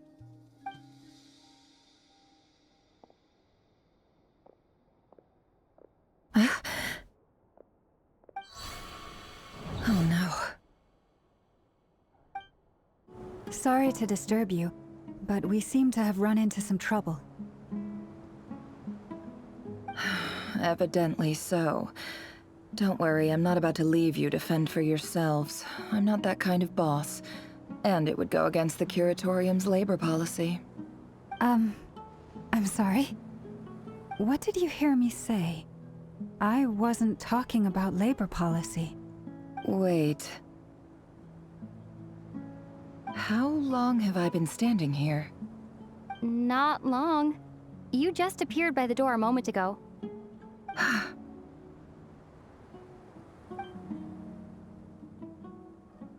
Boss, what's wrong? You look like you've seen a ghost. We've been tricked. We never left at all. Somehow I hallucinated that whole scene back inside the office. Hallucinated? But how? How indeed. This place should heed my will alone. All thoughts and actions that occur in here are just a result of pawns moving across the chessboard in a carefully calculated manner. And nobody has access to this chess set but me. So you control everything in here? More or less. But yes, it's a special technique of mine. Has anything like this ever happened before? Only once. It was the first time I used the chess set. Is there any similarity between what happened then and what's happening now? I suppose my thoughts are a little turbulent, which was also the case my first time. Is there anything I can do to help? The first clause of your contract clearly states that I only need your help with things that I'm too lazy to do myself. Meaning, you're not feeling lazy right now? Meaning, this is not something Yehoda can help with. The chess set is a personal treasure that I alone understand. I must be the one to find our way out of here. Boss, it's fine. Really. Let me do something useful. Oh, listen to you. Whatever would I do without you, Yehoda? What? Really? Yes, really. Where would I ever find another employee as obedient and servile as you? God forbid anything ever happens to you. Oh, okay. Well, anyway, I was thinking of fetching some water. There's gotta be a source around here somewhere. I suggest everyone finds someplace comfortable to take a rest. We gotta conserve our energy. Even though all this chess malarkey doesn't exist in a physical sense, mentally speaking, it's all real. And so is our tiredness and fatigue. You don't want to dismiss mental fatigue. Just because it isn't physical doesn't mean it's any less serious. But anyway, I got your backs, so don't worry about a thing. Don't I have the best employees? Jealous much? If we can find a suitable time, I'd love to borrow Yehoda for a day to help out at the Frost Moon Scions. Would you be amenable to that, Boss Nefer? Oh, Lauma. Have I ever told you just how pretty you are? Beauty runs from the tips of your antlers to the depths of your imagination. Time to rally, everyone. Follow me. As we continue our journey, the same rules will apply. That means stay focused and no talking no matter what we encounter.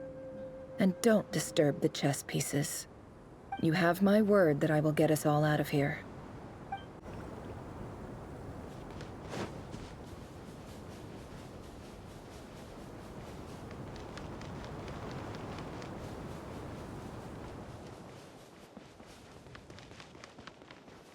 This place looks familiar. That's not a good sign. There's someone up ahead. Time for a little chat. I wasn't expecting visitors at this hour. Wait, is that? Oh, it's him. There you are! Sinue's been looking for you all day. I think he has some news for you. Oh yeah? What were you doing just now, Uncle Retinue? Hiding away some more loose change? I know I saw some Mora. What do you mean, loose change? Oh, come on, I'm too old for this. Just pretend you saw nothing.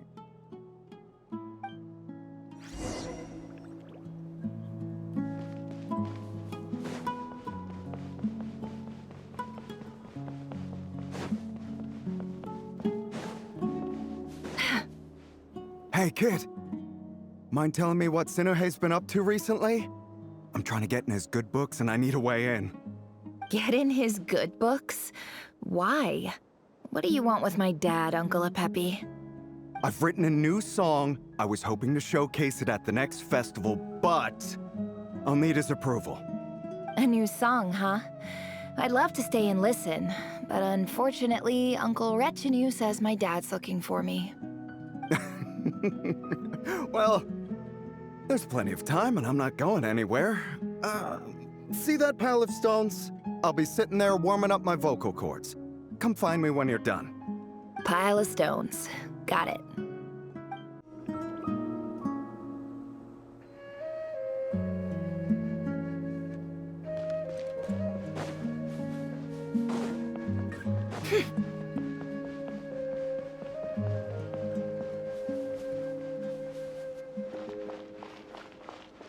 Hi, Dad. Uncle Retinue said you were looking for me. Ah, there's my little princess. If you'd gotten back just a little sooner, you could have shared the spoils of war with me. Spoils of war? Who were you fighting against, Dad? It was just a figure of speech. The aftermath of a sandstorm is no time to be waging war. I was talking about our war against thirst. I went out to fix our water supply problem, and now I'm back. Which means... We have a well again! That's right. I found a new one and brought back as much water as I could carry. It should last us for a good while. If it wasn't for these blasted sandstorms, our wells wouldn't be caving in. You wouldn't be spending all your time out searching for new water sources.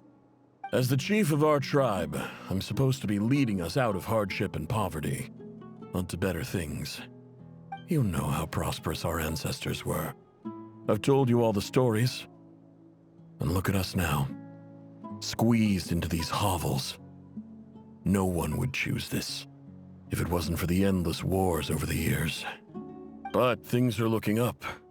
I started working with some folks from the academia a few months back. They gave me some contacts in return for my assistance in the desert. So you're the academia's helper now? Special ambassador, they call it. Think of it as a partnership. It's nothing bad, okay? We've been isolated here in the desert for too long. Seeking opportunities elsewhere is the best thing for us, and the fastest way to progress. So, do you get anything good out of being a special ambassador? Of course. My luck's improving all the time. One day, I swear I'm gonna lead us out of this place. We'll find somewhere new. Somewhere better.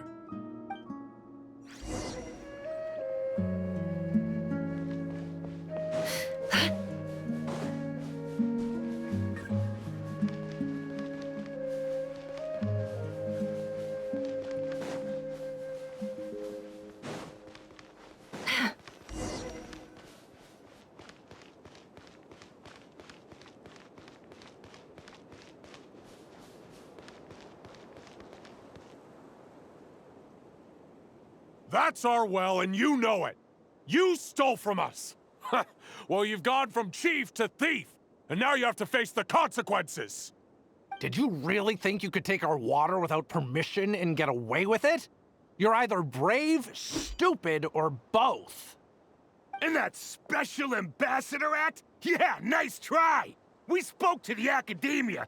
They said it was all news to them. You're a liar and a cheat!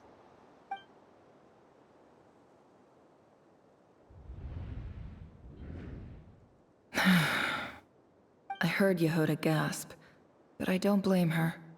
Most people are terrified by the sight of blood. Corpses strewn across the ground. The wounds are clearly from scimitars and daggers. The desert dwellers' weapons of choice. There's a handwritten note on the ground. Let's see what it says. Halil, this is Sinuhe, chief of the Shimti tribe. Surely you remember me. I was the one who helped you and your colleagues avoid the quicksand in the desert. This is my second time writing to you. I assume my last letter must have gotten lost in the mail, as I didn't receive a reply. I hope this one makes it to you safely. I'm writing to you because I need some help. That sandstorm the other day completely blocked up our well, forcing me to look for another water source in Iab and Unut territory. It was a matter of survival. Praise the gods. The well of the Iab tribe was intact. It was my last resort. I drew what water I could and left, but not without being spotted. I fear they will retaliate. You told me to write to you if I ever needed help. You said you'd be my ally in the academia. I urgently need you to formally recognize my title of Special Ambassador and send some of your people to assist me for a few days. It's the only way I can convince them that this was the academia's decision and prevent them from retaliating. This is an emergency. Please send help as soon as possible. Looks like this letter never got sent. The writer died a grisly death, and the letter was trampled into the ground. It's badly defaced. Some parts are barely legible. What a ridiculous lie the surviving Shimti tell. Their whole village was butchered over a sip of water. Ah, officer. Welcome. Welcome to our humble village. I thought you would at least have the courtesy to provide some respectable libations. This is the finest wine Aru village has to offer. I promise.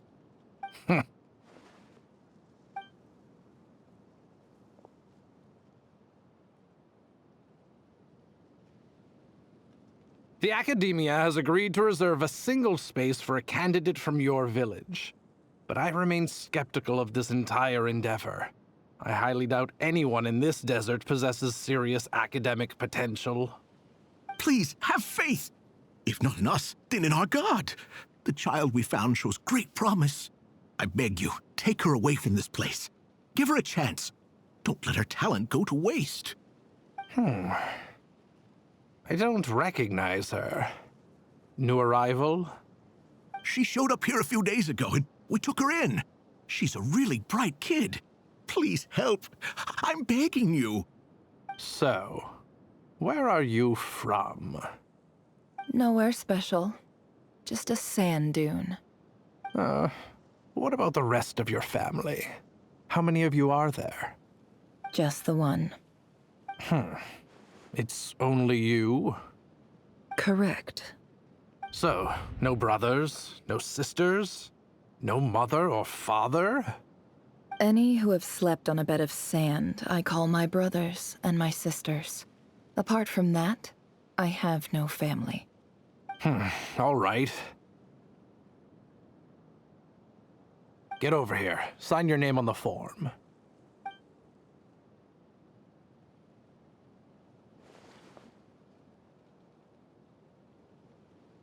Never? You're rather fair-skinned for a desert dweller.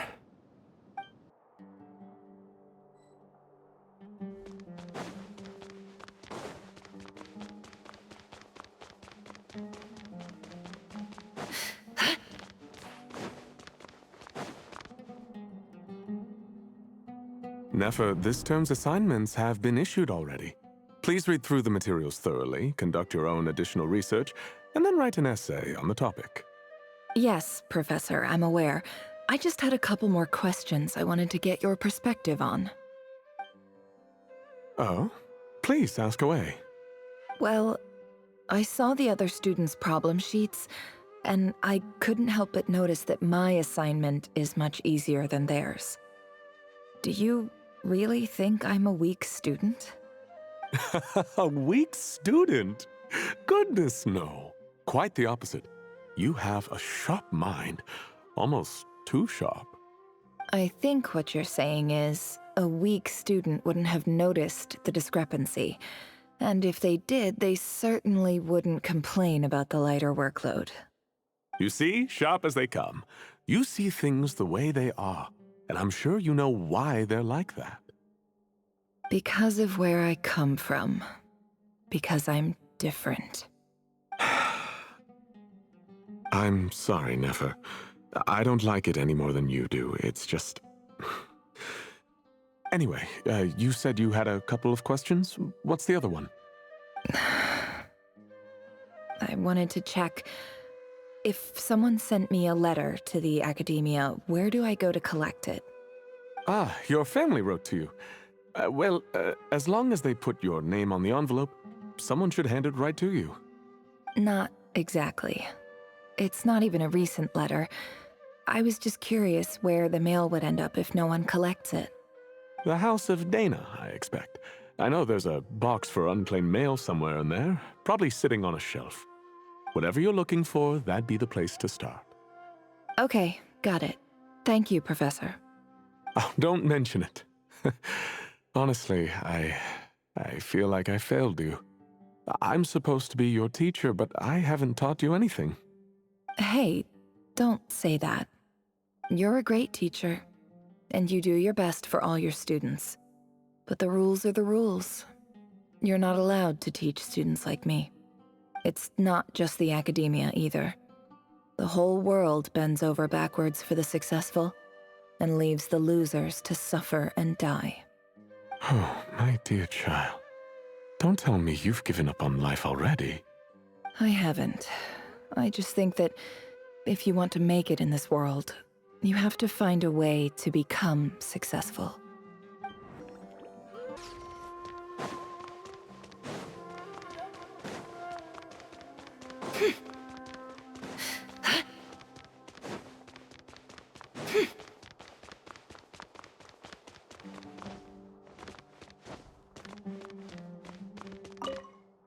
This must be it.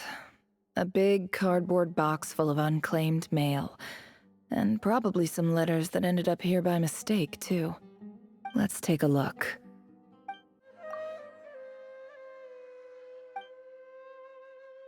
A dilapidation survey from Port Ormos. Looks like it's from a Core of 30 representative. What a strange thought. A bunch of mercs losing sleep over rundown buildings. This one was never even opened. I guess the recipient didn't care what the Core of 30 had to say about anything. Who was it addressed to? I don't recognize the name, but it must have been a Kasharawar professor. This one is addressed to the Immorta Sage. The title is Changes Observed in Satyavada Life Symptoms. Why do all these letters read like full-blown dissertations? Guided by the incense, we became lost somewhere in the forest. All the barriers between levels of consciousness disappeared as our minds soared around in circles, looking for a branch to seek refuge on. In clinical terms, these symptoms fit the description of incense poisoning. The Immorta Darshan strictly prohibits the use of hallucinogenic substances, but I believe there are still people getting away with it. For example, my neighbor who always breaks out into song and dance after using incense. This seems like something the academia would want to know about. Why wasn't it collected? Wait, what's this written on the back? It's so small. The note says, "The sender authored this letter while under the influence of mushrooms. I would send it back, but no return address was provided. Stamped by the Grand Conservator of the House of Dana."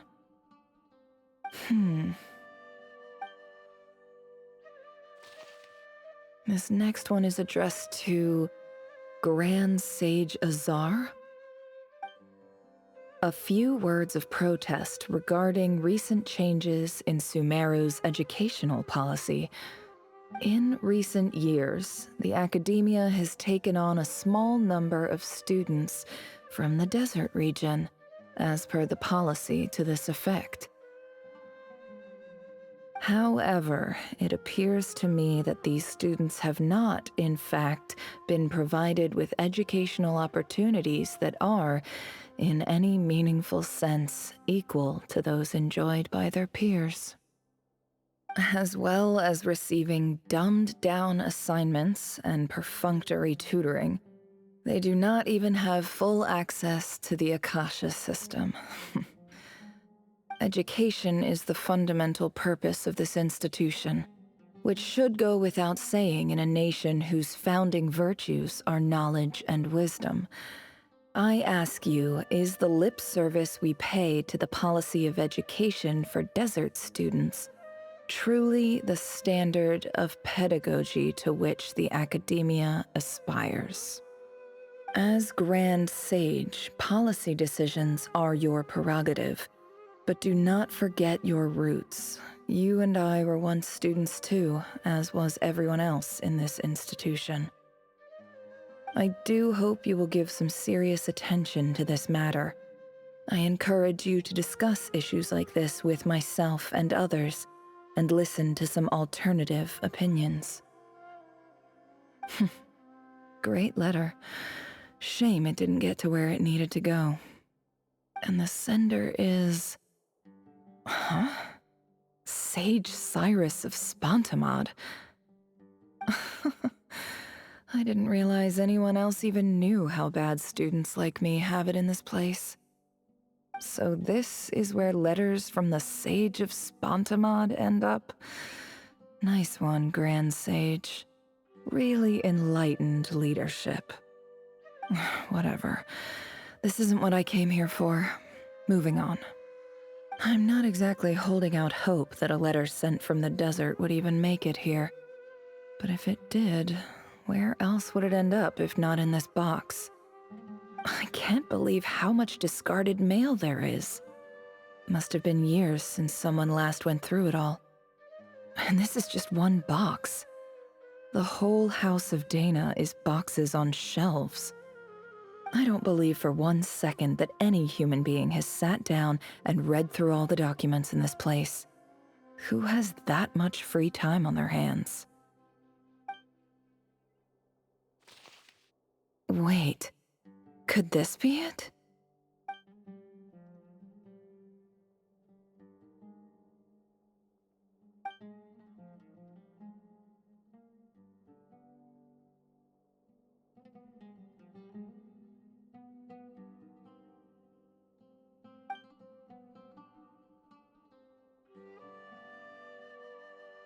Greetings, Halil.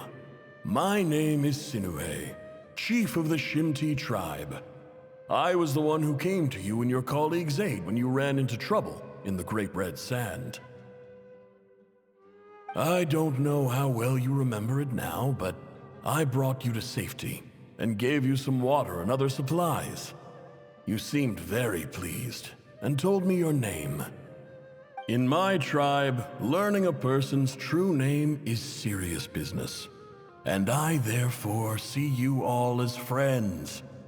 You were kind enough to leave your contact details, so we could stay in touch. The Shimti tribe lives a harsh, nomadic existence in the desert. You were sympathetic towards my plight, promising to make me a special ambassador of the academia and help us find a way to make a better living. This brings me to my reason for writing. Our tribe has fallen on particularly hard times, and I would like to ask for your assistance. There was a terrible sandstorm a few days ago, which blocked up the well in our land. To ensure my people's survival, I had no choice but to venture into Iyab and Unut territory in search of an alternate water source. The Iyab and Unut are descended from the Thamudians, while we trace our ancestry to Tulatala. We worship the Lord of Flowers and have had relatively good relations with our fellow tribes up until now. I found a well belonging to the Iyab tribe. They declined to help us, but I really had no other option, so I took some water to keep me and my tribe alive. My actions are certain to incur their wrath. When we met, you assured me that you would be my ally in the academia. I would like to take you up on that offer, because I really need your help. I wonder if you could send an academia representative to meet with me. That aside, the last time you were here, you mentioned that the academia had started accepting students from the desert, and I told you a little about my daughter, Nefer. We have next to no resources here in the desert, and my power and influence are limited. Would you consider enrolling my daughter at the Academia? She is a smart girl. I know she won't disappoint you. From the outset, the Academia never took you seriously. Those things they promised were just empty words. I doubt they even remember the name Sinue. And you were so emphatic that your luck had finally changed for the better. You swore you'd lead us to a better place one day. You spoke with such conviction, like you were the most powerful chief in the whole desert. You liar. You lied about everything. You promised the world and delivered on none of it. And who fell for it? Just me, by the looks of it. Despite your best efforts. Which makes you a pathetic liar. You weren't even any good at it. I think I'll take over from here. Let me show you how it's done.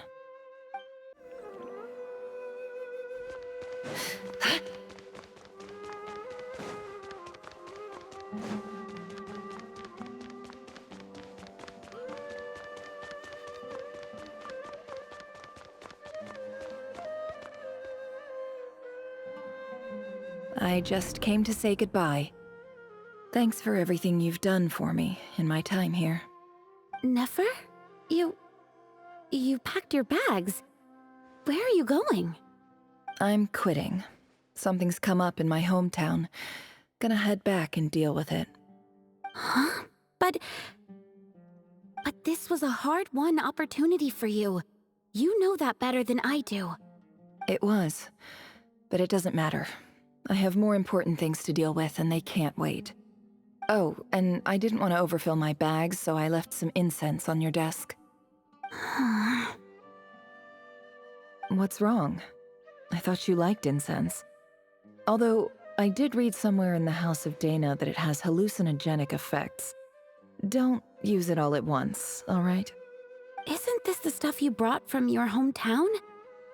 You're just letting me have it? But you said it's a rare and valuable commodity. Yeah, about that. I lied. It's not rare at all. There's this bunch of ruins near my hometown that are practically overgrown with this plant. It's not worth much. Keep it, it's fine. But Nefer... All right, that's all from me. You take care.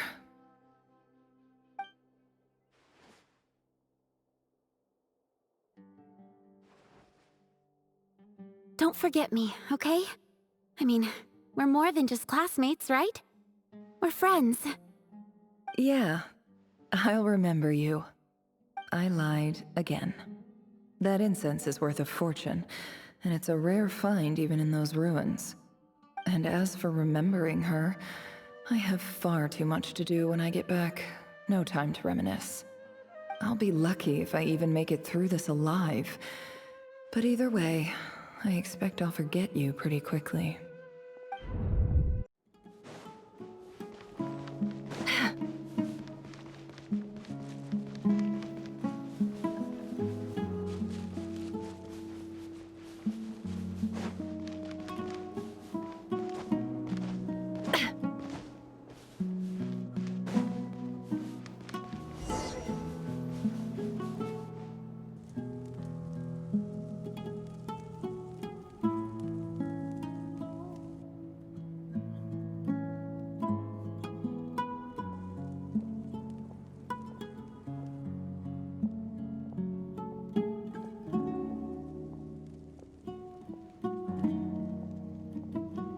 It's a pleasure to meet you, Mr. Arif. So, what does the Academia want? Since they've sent their special ambassador, I assume there's a big business deal to be made. If not, I'd be very disappointed. Please, sir, lower your blade. You're lucky I'm the one they sent. Not all special ambassadors share my admiration for the Iab people. The ever-shifting balance of power in the desert reduced the once great civilizations of this region, to rubble and sand. But the story of the Eab has a very different trajectory.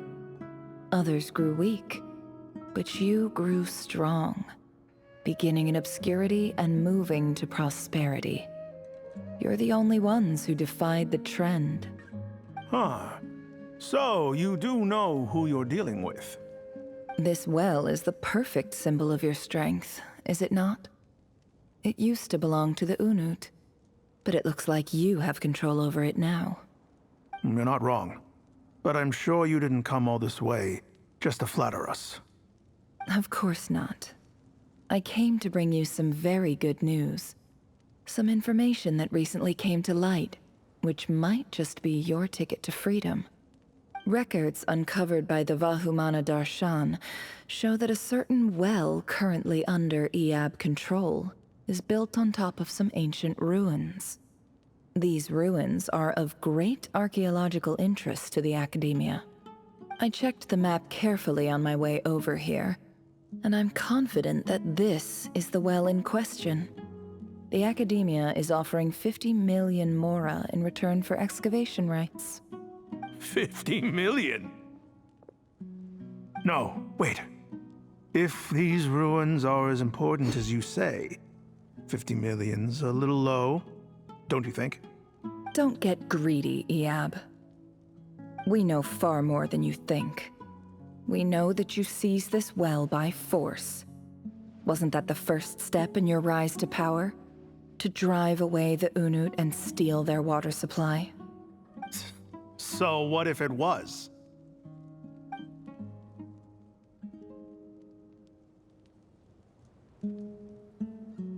Don't worry. As unscrupulous as it was, it's something we're willing to overlook. The Academia is only interested in dealing with the de facto power holders in the region. I hope I am making myself clear. And I hope your words are the truth. If I find out the Academia is trying to play me, I'll hunt down every one of your people and make you watch as I cut their heads off one by one. I assure you, Chief, that would not be in your long-term interests. You don't want to make an enemy of the Academia. You see how I'm dressed, don't you? I appreciate that you've never been to the rainforest, but surely even you recognize an ambassador's attire when you see it. And what does a barbarian like you have to lose anyway? You really think the Sumeru Academia would bother to come all this way just to lie to you? We have more important things to worry about. All right, I take your point. The Academia is the highest authority in the land. I'm sure you're trustworthy people. In that case, we have a deal. We will sell you the excavation rights. I'd like to thank you, Ambassador. This is good news indeed. Excellent news. In fact, it calls for a celebration. Would you do us the honor of staying a while and enjoying some Eab hospitality? Gladly. I am partial to wine myself, and I trust you are as well. So let's indulge in a few drinks together, in celebration of this momentous occasion.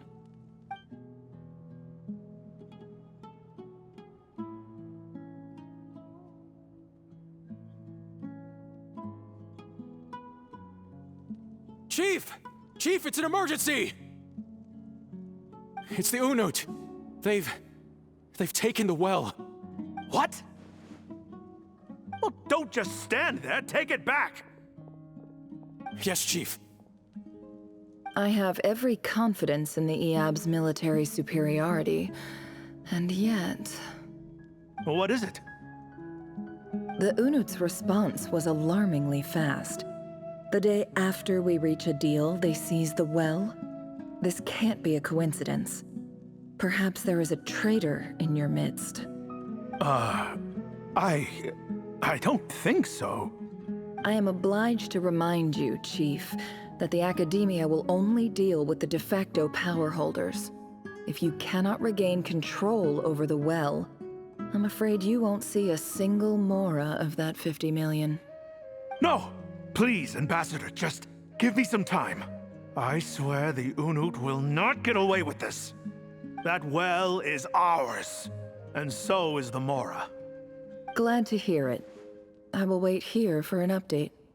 If there is a traitor, I will find them.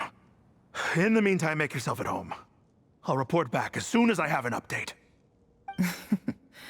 Much obliged. Wow. All it took was a few words and I've got him wrapped around my finger. What an amazing feeling. So, in summary, Ambassador, the Academia would rather negotiate with our tribe instead of the Eab, yes? The Eab are ruthless murderers who don't listen to reason. And now they have the gall to interfere in our research projects in the desert region. So let me ask you, Chief. If you were the Academia, what would you do? Kill them all, of course. Precisely. The Academia does not tolerate those who stand in our way. The Eab have held back our academic pursuits for too long, and our patience is wearing thin. At the same time, there is simply no way that the Academia can be seen to be intervening in desert affairs. I'm sure you understand where I'm coming from. We have our own rules out here. If the rainforest dwellers raised arms against a desert tribe, it'd start a bloody war. Right.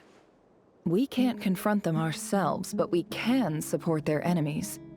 The Unut have always had strained relations with the Eab, which makes you our natural allies.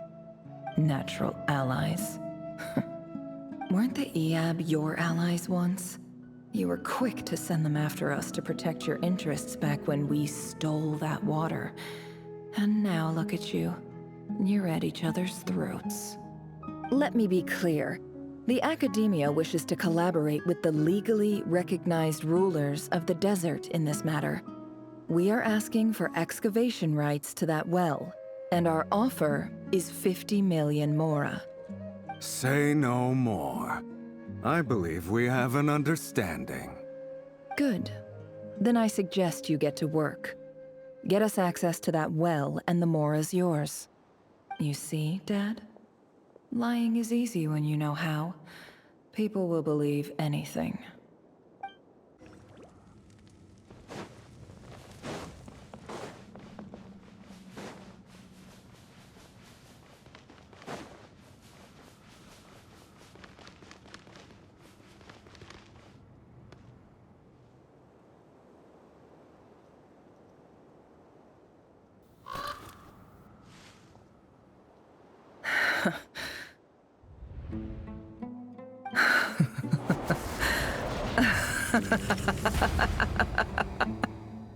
Look at yourselves.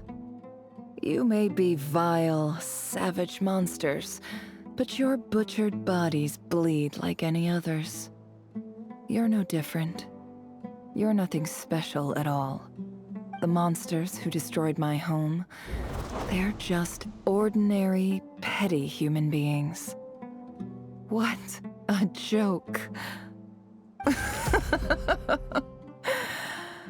I think we're even now. Maybe I've even done the desert a favor. It's a better place without all these people around.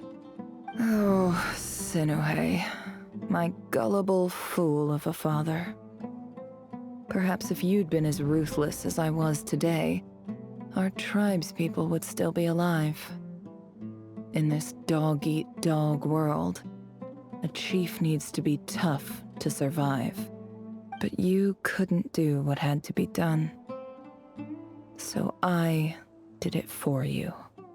Nefer, it's okay. All of this is in the past now.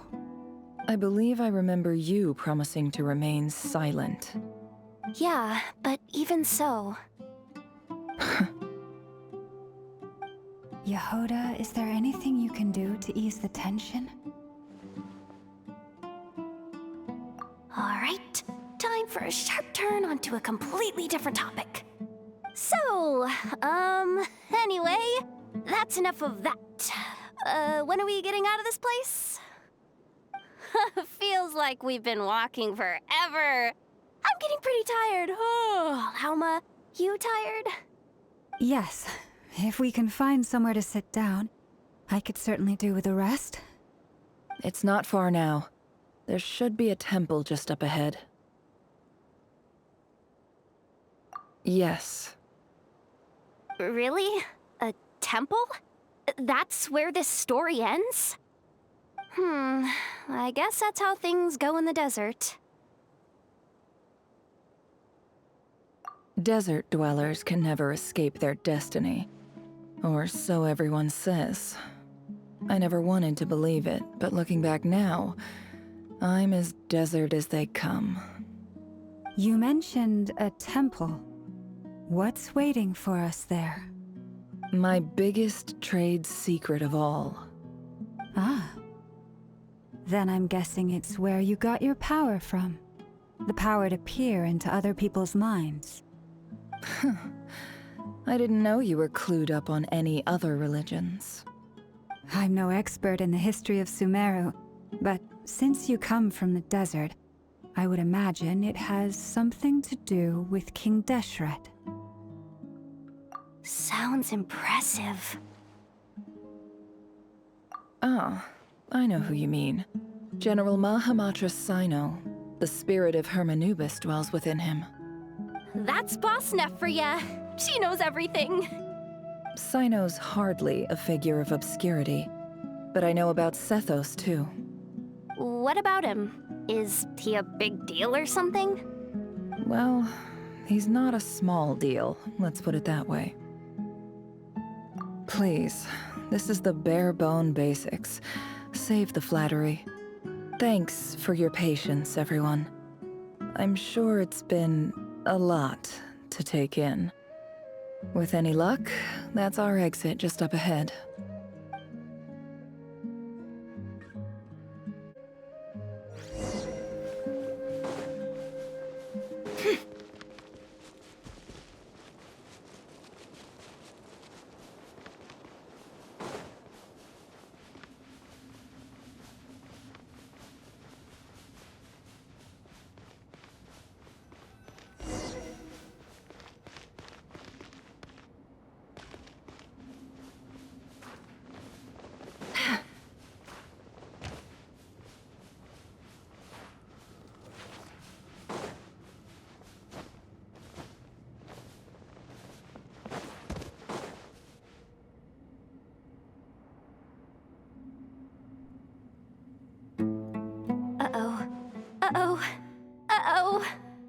I'm totally out of my depth here. I don't have anything to add about any of this stuff. Like, look at that statue, for instance. I want to do the whole name-dropping, this girl knows her stuff thing too, but I've never seen anything like it before. A statue with the head of a bird. That's Thoth, the Ibis King, one of the 7 pillars of King Deshret. The legends say that he, the Crocodile King, and the Goat King were the 3 retainers of King Deshret. Let's take a look.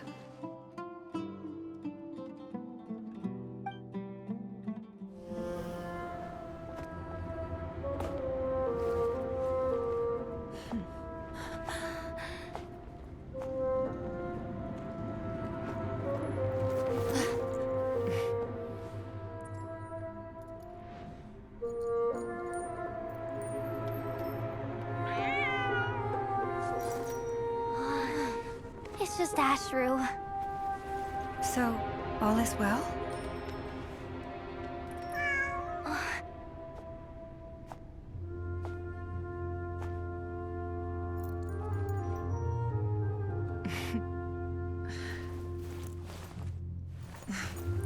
Typically speaking, at this point, the world disintegrates. Then we find ourselves back in the outside world. Besides, these are my memories. There's nothing to fear. You're sure? Of course. It's almost over.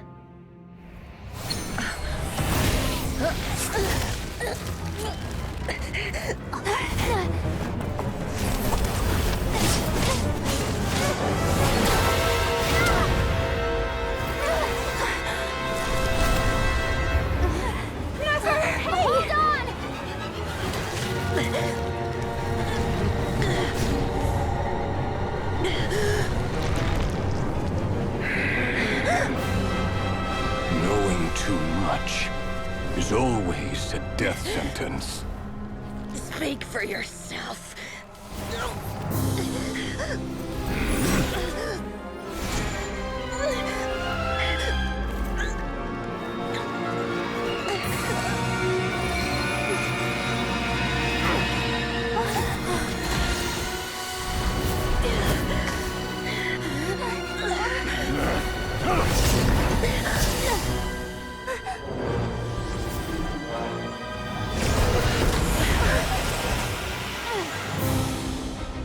How repulsive.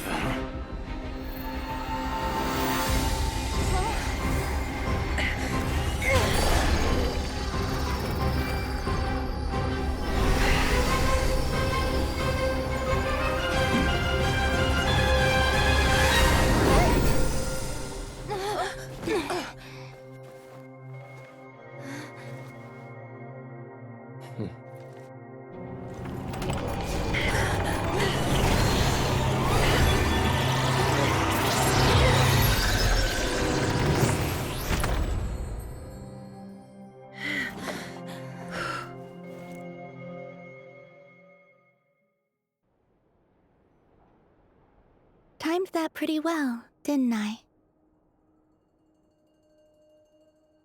It's okay.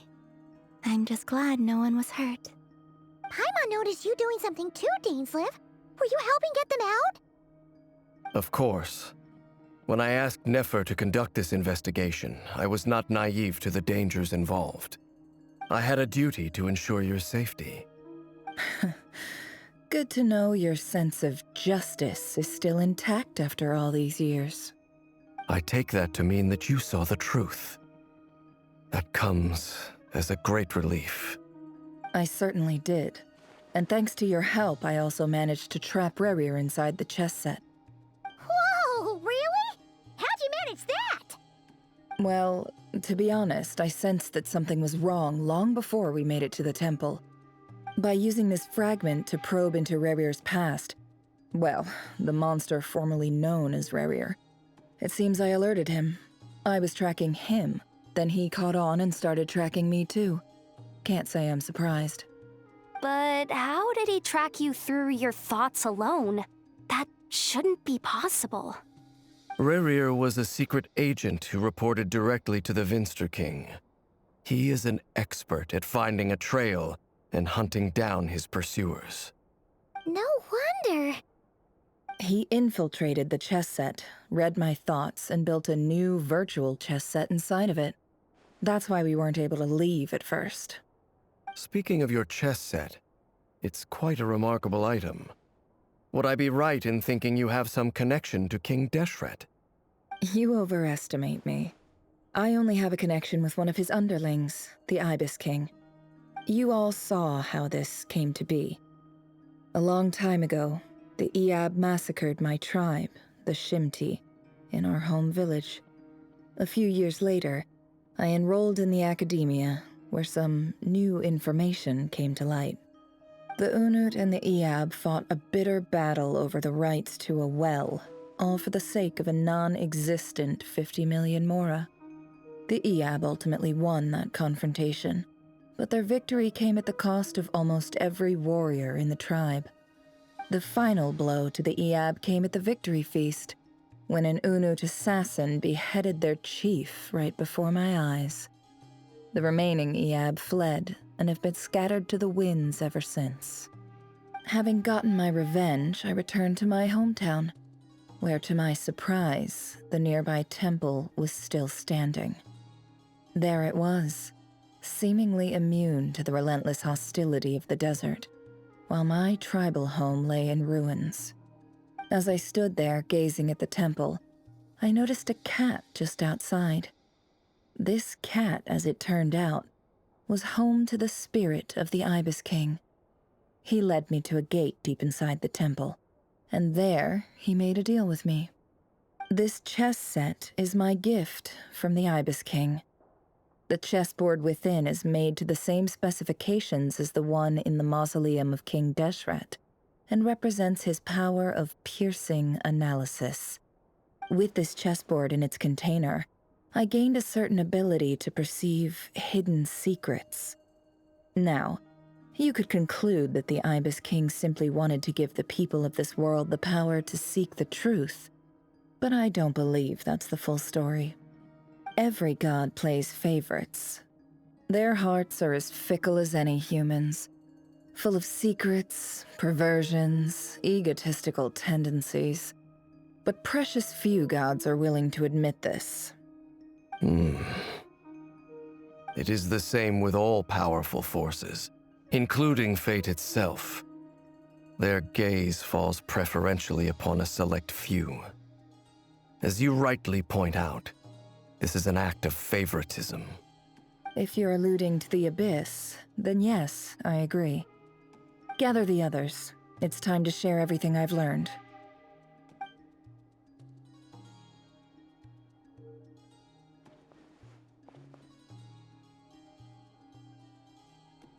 Thank you all for being here.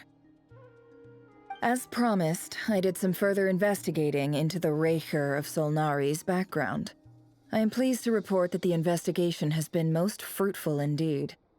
The Raker of Solnari, real name Rerir, was once a Conrian subject who served the Vinster King. I will now share the important details of his story. Please save any questions or comments for the end.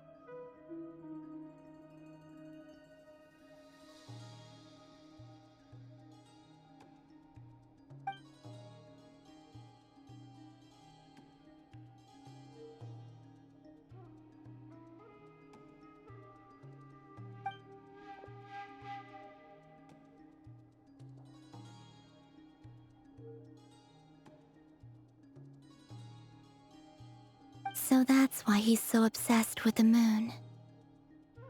A tragic tale, to be sure. But it does not excuse his many transgressions. No matter how much Rerir suffered in the past, the fact remains that he is what we know today as the Wild Hunt, wreaking havoc upon innocent lives in Notcry. He becomes more dangerous with each passing day. If left unchecked, it is simply a matter of time before all of Tevat suffers the consequences. This is a threat that the Knights of Favonius cannot ignore. A question for Miss Columbina. Forgive me if this is presumptuous, but have you ever seen the spatial gateway that appeared in Rerir's memory? Never. But I have heard stories of something called the Moon Gate, and this seems to fit the description. Miss Lauma, any thoughts on this? In the lore of the Frost Moon Scions, the moon is believed to hold many secrets. Some sources speak of ancient knowledge, others of a gateway to the unknown. The term Moon Gate is one I have heard before, but as is the case with all of our legends, there are no records of any first-hand witnesses. We cannot know whether it truly exists. Then back to Miss Columbina. As a moon goddess yourself, do you have some idea of where the Moon Gate leads to? Not at this stage, sorry. I do hold the power of the Frost Moon, and my strength is recovering well. I can sense that the gate would open at my command, but... But there's more to the power of the Frost Moon than that? Yes. A moon goddess has the right to open the Moon Gate, since it is a path to the moon. But as never mentioned, holding open a spatial gateway takes a huge amount of power. And right now, I need to conserve my energy to fight the Raker of Solnari. I'm afraid this is one mystery we may have to leave unsolved for now. I agree. Better to save your strength. But if you'll humor me for a moment, I have a bold conjecture of my own regarding the world beyond the gateway. I highly suspect that neither Tholindis nor Rerir made it through unscathed. The evidence pointing to this is the fact that the Rehir of Solnari exists in the form of countless fragments. With the abyssal power he wields, no ordinary foe can touch him, let alone tear him to shreds. And yet, the Wild Hunt proliferates wherever his scattered fragments lie, drawing hordes of monsters to many different locations across the land. So your theory is that Rerir was physically torn to shreds by some powerful force? Hence, why the Wild Hunt is a distributed phenomenon, rather than a unified one? Makes sense to me. Explains why the Wild Hunt is so pervasive, and why he's been trying to piece himself back together. He was whole to begin with, and he wants to be whole again. Without the power of the Abyss on his side, he almost certainly would have perished the moment he was torn apart. But the Abyss, much like a curse, has kept him alive. I could not agree more. The power of the Abyss is most surely a curse. It is a compelling explanation, and one that accords with my present understanding of Abyss creatures. Whether the life form in question is primitive or advanced, if a curse has extended its lifespan unnaturally, it will continue to survive in spite of everything. This raises some interesting questions. I will run some experiments and see if there is any validity to my suspicions. That being said, regardless of whether my research bears fruit, I would like to thank Miss Nefer for conducting such a thorough investigation. Already, it has greatly enriched my understanding of the entity we face. My pleasure, Mr. Albedo. I too hope that the information I have shared today proves useful as we look to formulate the next stage of our plan. Hey! What is it, Dainsleif? You look really upset! It's just... when I think of the man I once knew as Rerir, I struggle to understand why things had to turn out like this. The two of you used to be friends, didn't you? I don't know if these words will bring any comfort, but my heart goes out to you. Mine too. We can never know all the hows and whys of the way things are. The moon and stars are full of untold secrets and lies, and the skies are host to many more mysteries than these alone. Yet, none of that can begin to compare with the complexity of human life. Those are the first comforting words I've heard in a long time. Thank you, both. Well, I think this is a good place to end today's meeting. I'm sure Nefer needs some time to recover. She's been through an awful lot today. That's very thoughtful of you, Lama. Of course. Sounds good to me. Take some time to rest and digest before we reconvene to nail down a plan.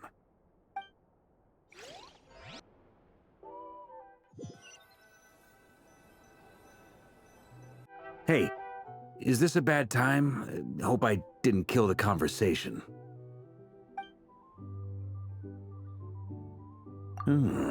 Nice room.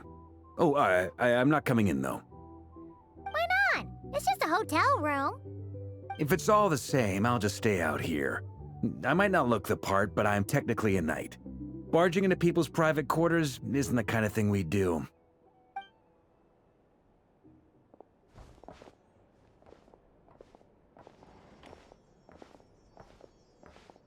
Anyway, Nefer went back to the curatorium to get some rest, but before she left, she shared some things with me that I thought you should be aware of.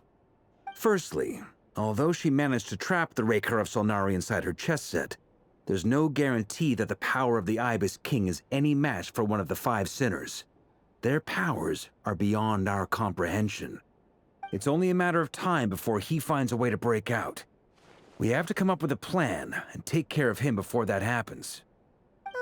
Honestly, my mom figured that might be the case. So, how long have we got? Well, I asked her that same question. She talked for a long time, but for the most part, it seemed like she was trying to convince me how precious her chess set is. What a long and storied history it has. It felt like some kind of sales pitch, you know? The kind where you end up handing over Mora against your will? Anyway, after all that, she finally answered the question. 2 days, at most. 2 days? Holy moly! Can we even recruit enough help in that time? That remains to be seen. Which brings me to the second issue. Dainsleif is obviously conflicted about this whole thing. But given how little time we have, there's no way we can pull this off without his help. You have some history with him, right? Do you think maybe you could talk to him for us? Great. I appreciate it. All right, on to item 3. So, Albedo, Durin, and I put our heads together and came up with a plan. Can't promise it's gonna work yet, but at least it's a start. We figured we'd bounce the idea off you first. We'll explore it further once everyone's recovered. Oh, Paimon's dying to hear this. All right, so here's what we're thinking.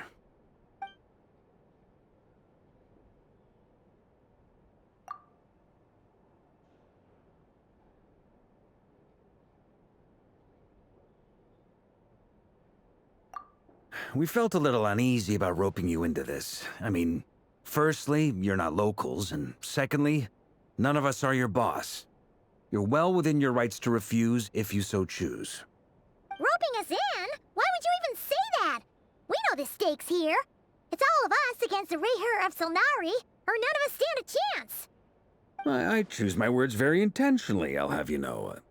I like to think there's an art to striking a down-to-earth tone even when the stakes are through the roof. Sir Varka, I have a few thoughts about this plan. I'm all ears. I think we can be more flexible with how the roles are allocated. In my view, the most sensible lineup would be like this.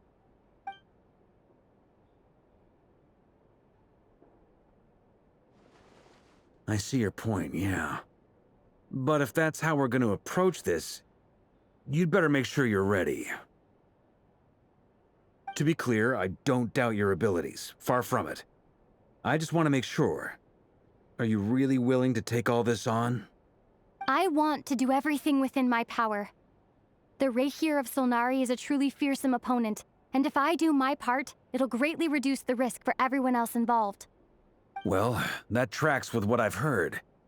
Jean's mentioned in her letters that you're so diligent it's almost abnormal.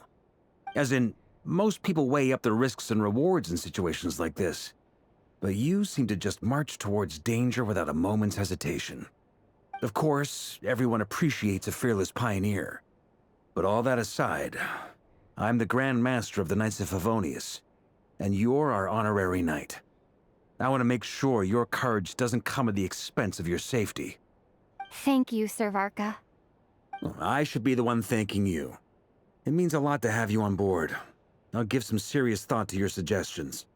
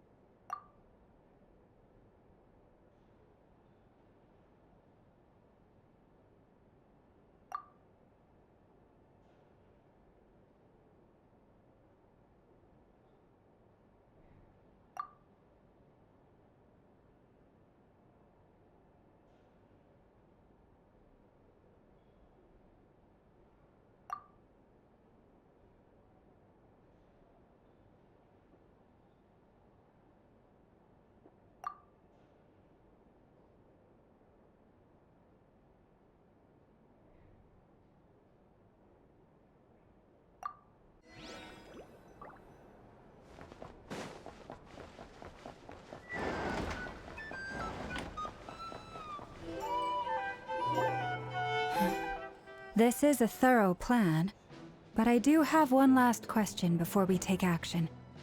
How can we be sure that our enemy won't leave the designated area? Great question. Albedo's been hard at work analyzing Rayher and the Wild Hunt's behavioral patterns.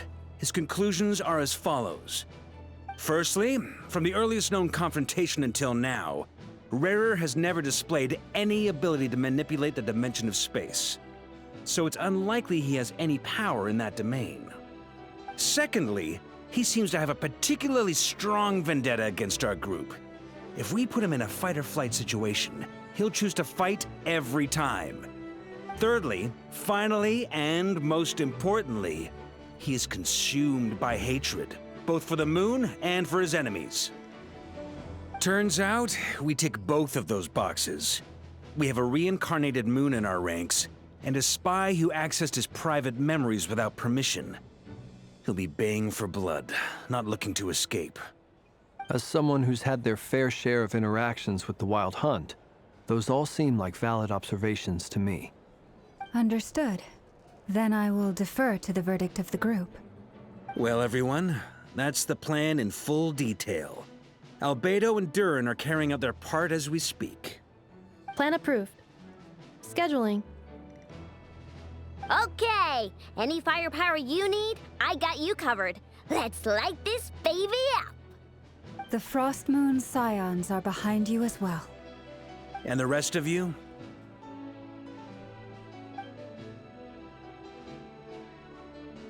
No objections? All right, then it's settled. This is the plan we're going with.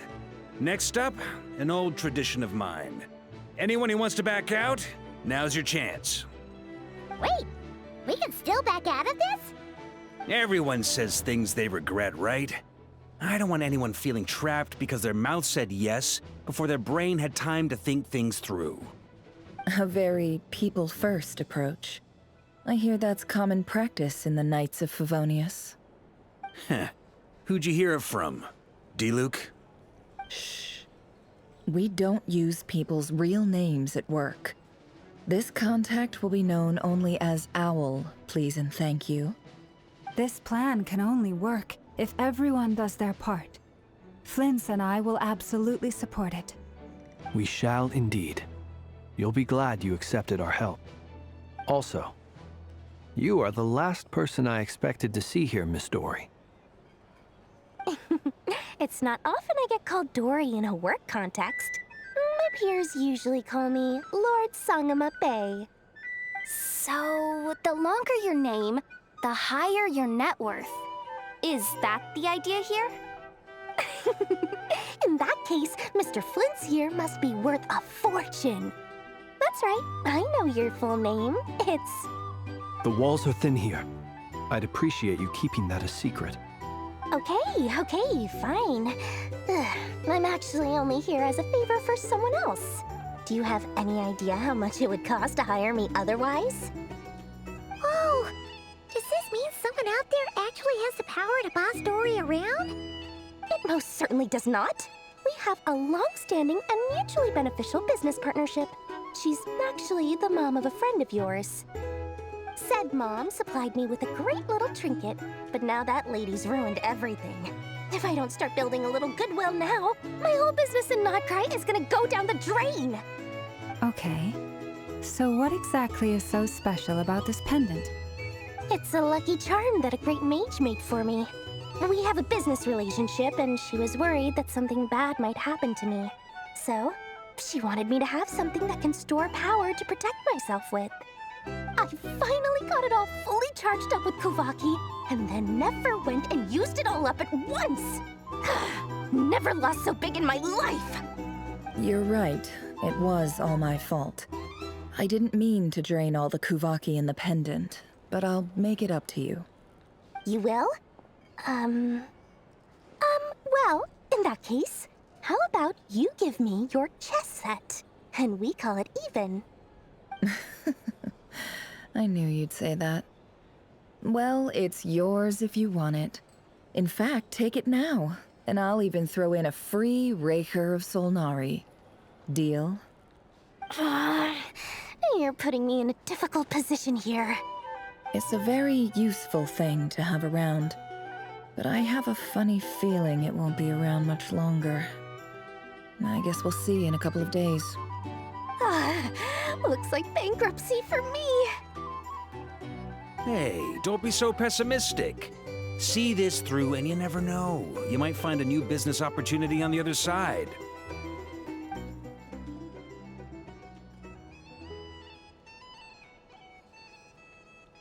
Dory!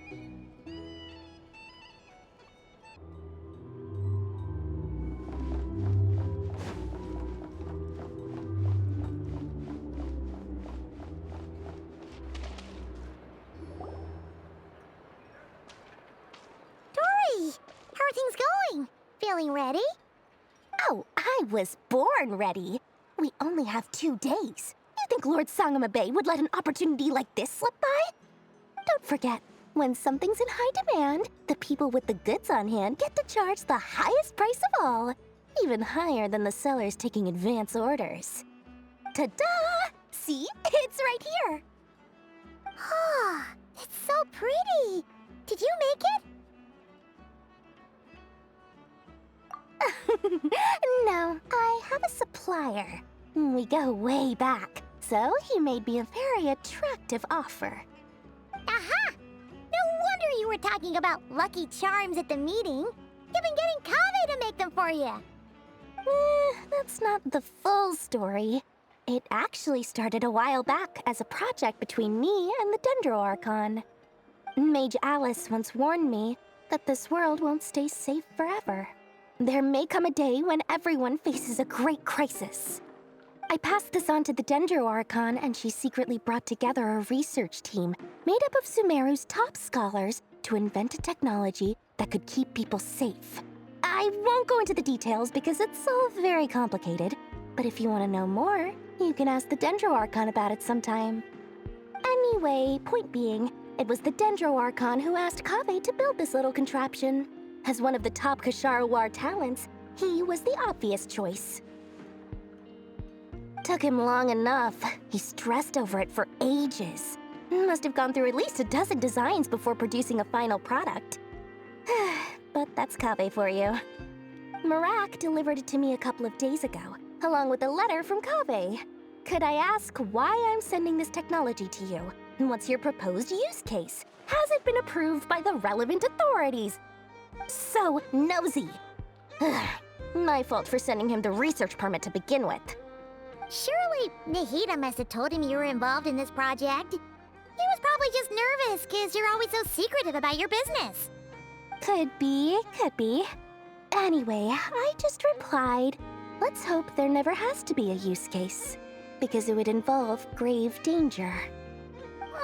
Fair enough. But it sounds like he was just being cautious. He probably felt responsible as the one who made it. Or maybe he was asking as a favor for his housemate. He's done that before. Not sure why, though. His housemate doesn't seem to really care that much about this kind of stuff. Either way, all's well that ends well. I'm just glad to finally have my hands on the product. I wouldn't want to be without it, given the potential dangers that lie ahead. Huh? What does that look mean? Paimon's just super surprised. This must be the first time we've ever seen you actually get serious about something.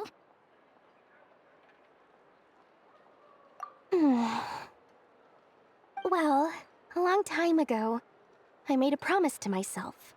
I promised that I was gonna live every day of my life with a big beaming smile. Obviously, Mora plays a big part in that. But there are always gonna be times in life when you have to give something back. That could mean paying back a debt, returning a favor, or showing some kindness. Alice has been a huge help to me over the years. She was the first investor I ever had. And I want my investors to know that Lord Sangamabe is the best in the business. And more than that, no one knows what the future will bring. Whatever happens, I want to make sure the Dendro Archon and all of Sumeru is prepared to face whatever comes. Oh, that? I was just making sure Nefer and I are square. Don't be thinking it was some sort of benevolent act. I'm no saint, so don't treat me like something I'm not. My priority is doing the business that I want to do, so long as my conscience lets me, but it usually does. That's the Lord Sangamabe business model. All right, if you say so. I do say so, and that's the whole point. I'm a businesswoman. Don't go trying to figure out what kind of person I am. You'll exhaust yourself. Much easier for everyone involved if you just take my word for it. Oh, and could you two help me get this stuff where it needs to be? Thanks so much. You're my favorite assistants.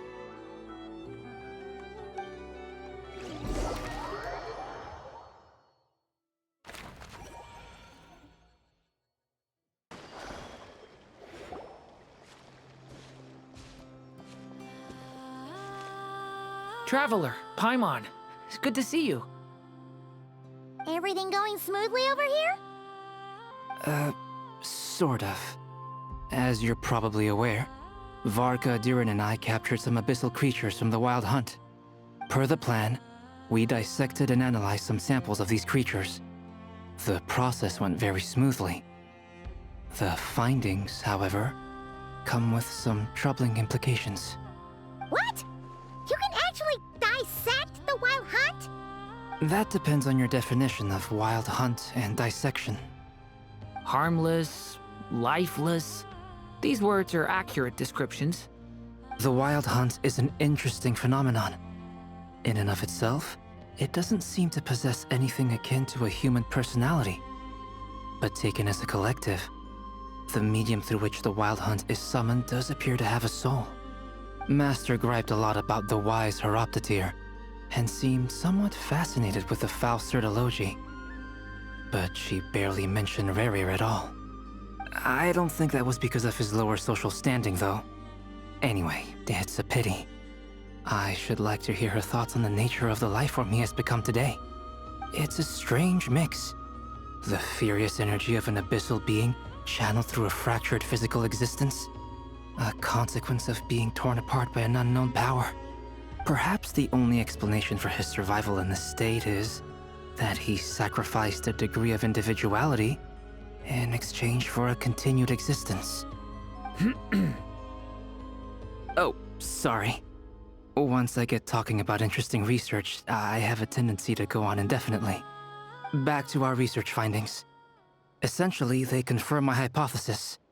Rerir's corpse is completely contaminated by the Abyss, and the effects are irreversible. You could think of this as Rerir in mutated form. But in my view, even that would be inaccurate. In reality, his whole being has been consumed by the Abyss. In other words, he is now nothing more than a manifestation of abyssal power. Unfortunately, at present, we have no means of completely eradicating abyssal power. Hence, we cannot fundamentally destroy the Reir of Solnari either. Oh, that's terrible news! So, that's it? We can't defeat him? Not even if we get the power of the Three Moons? Miss Columbina's situation is a difficult one. She can never achieve wholeness when the world does not accept her presence. It's as if her creator banished her to a place she can never be accepted. It means she spends most of her energy just on her own survival. Given the circumstances, it's only natural to despair. But we must see this plan through to the end.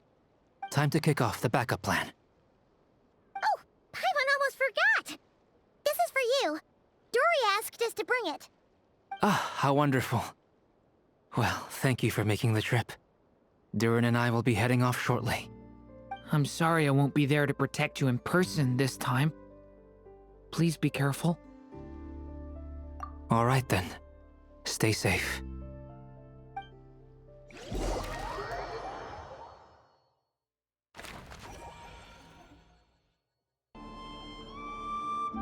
Miss Lauma, is everyone here? Yes. The fate of my flock is in your hands, Grand Master Varka. Please keep them safe. My lady, what are you saying?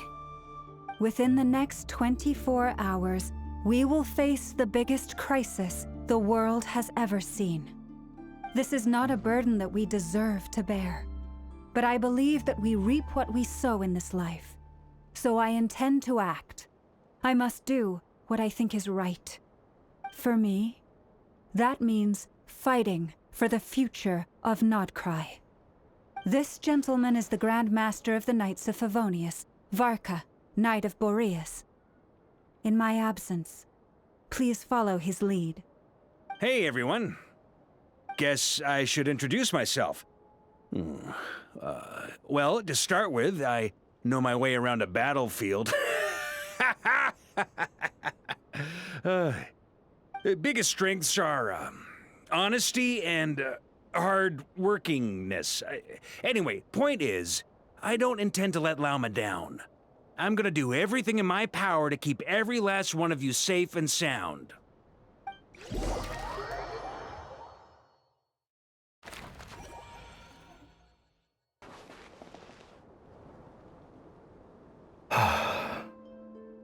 Something on your mind? Miss Columbina, was it? I believe that's how the others addressed you. That's right. Names are funny things. Have you always been called Dainsleif? Yes. I take it your own name has a more complicated history. I have a different relationship with names than other people. To be honest, I'm not even sure that Columbina is my name. At least, not in the same way that Dainsleif is yours. But it's what everyone calls me, and I go along with it. A lot of my life has been that way. I get so used to things that I forget to question why they are so. I never used to think much about where names come from, or what they mean to people. Maybe something's wrong with me. You're different from other people. I sensed it the first time we met. You're more perceptive than most. I'm sure your long life and rich range of experience explains that. Do you ever find yourself missing Conria, Mr. Dainsleif? Difficult to answer. I have dreamed of the past many, many times. Sometimes I'm fighting tooth and nail. Other times I'm lying on the ground, defeated. I don't recall any happy moments from that time. It has been too long. Is that because hatred survives longer than love and affection? That would not be for me to say. I make no excuses for the grudges I bear. But whatever the reason, I remember little that was beautiful or sentimental. Thank you for your help with the Rerir situation. Without your efforts, I never could have learned the hidden truth of his story. You're welcome. I know he's your friend. Friend? He betrayed me. And I never really understood what he was going through in life. Some friendship, that is. Okay. So, do you plan to fight him with us? You see, you're torn. Now you know what really happened. You see the things he's done in a new light. I need some time. Of course. I completely understand. Anyone else in your position would feel conflicted too. Actually, I went through something similar myself recently. Something happened that changed my perspective on a situation. A situation I took for granted at the time, but now I feel very grateful for it. You mean the Harbingers who still support you, even though you've left the Fatui? Yes. I always thought they were only helping me because Harbingers are forced to work together. But then I abandoned them. A warrant was even put out for my arrest. And even now, they still support me. Which means I was wrong about them all along. Clearly, they view you as a friend. I feel a little guilty now. I regret not seeing her help for what it was, and not treasuring it. I see the guilt that you're feeling now, because I feel it too. Hopefully, talking about it will do us both some good. Have you noticed that the Traveler and Paimon are over there? I think they've been listening. Huh. Shall we say hello? Sure. Hello. Ah! They caught us!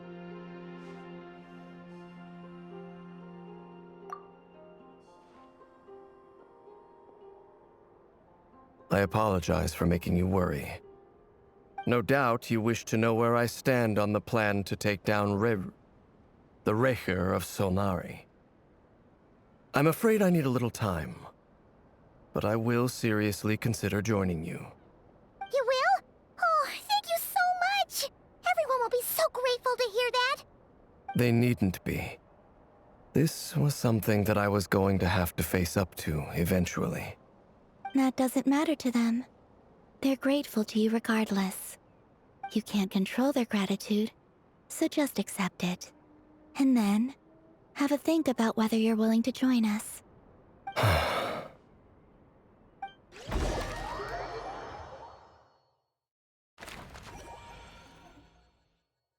It's nearly showtime! Let's go rendezvous with the others. You know the place.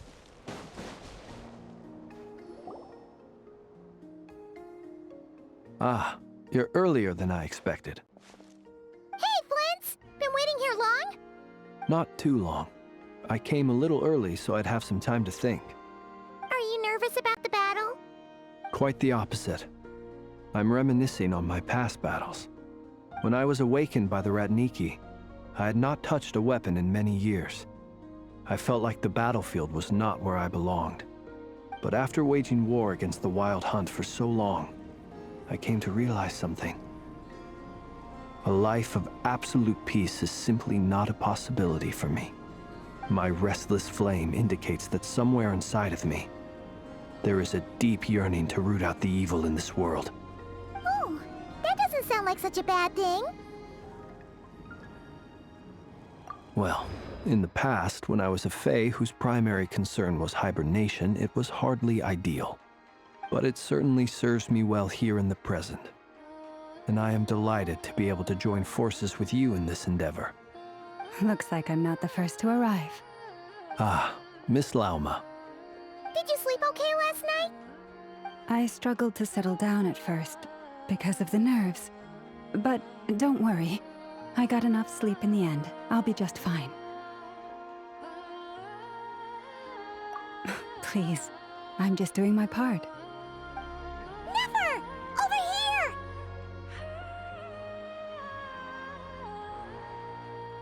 Aino asked me to relay a message. She said Anefa will be on high alert and keep a close watch over all secondary districts where defense is required, providing support as necessary. Meanwhile, Aino herself will provide range support to us directly, using her latest invention. Excellent. My thanks to all involved. The chest set's looking a little unstable. It won't hold him much longer. We should be prepared to engage at a moment's notice. No sense sitting around waiting. Let's make the first move while we still have the option. I agree. Paimon, find a safe hiding place. Got it! Be careful, Traveler! I will.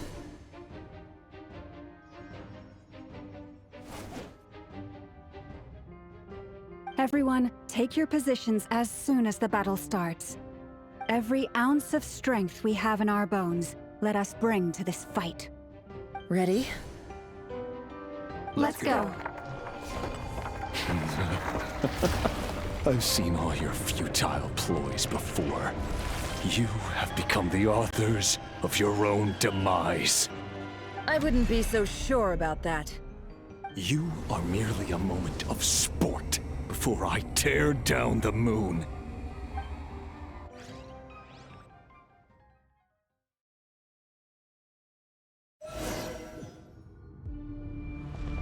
Stay on your toes.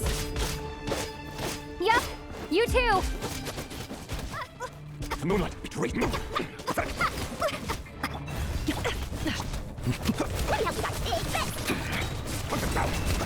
Moonlight betrayed you. Observe. Close your eyes. Night falls.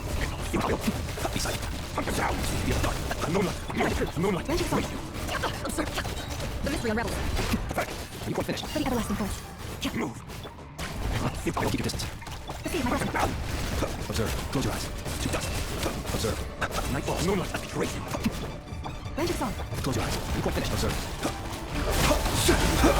To dust. It began with the moon, and so shall it end. The moon will protect you.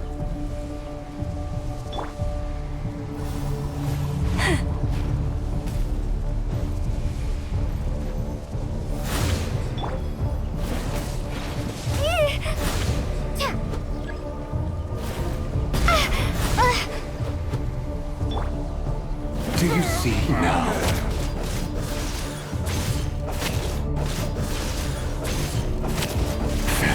Here. When will it be as you foretold? Move.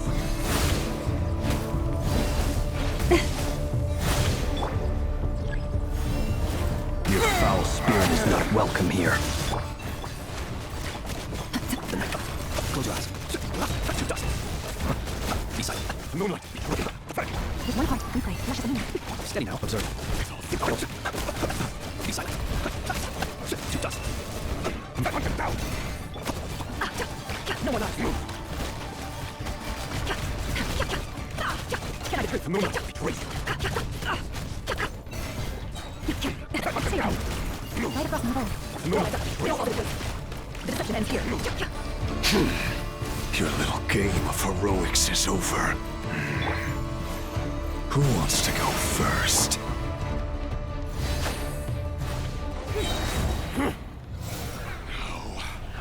Get out of my sight! No! We've been separated. You okay? Nefer, where are the others? Stuck outside the barrier. I guess he really doesn't like us. I told you before. Knowing too much is always a death sentence. Be careful what you wish for.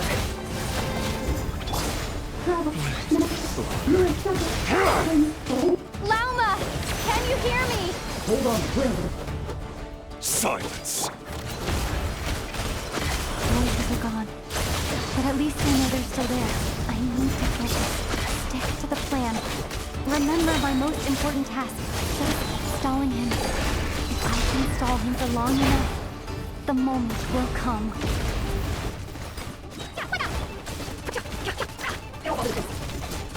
No one else.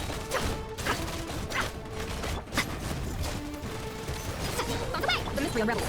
We all end up.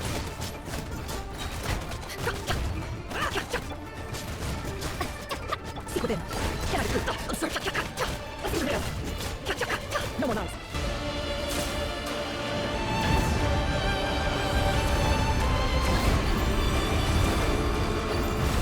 I've got this.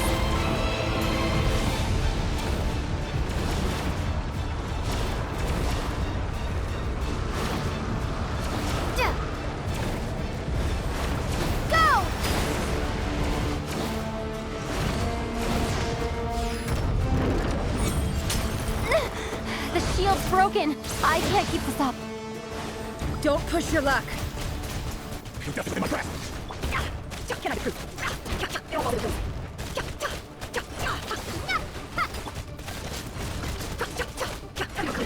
No one else. The deception ends here. Can I be proof? We all end up. The mystery unravels. No one else. Can I be proof? Seek within. Observe. We all end up. The mystery unravels. Can I be proof?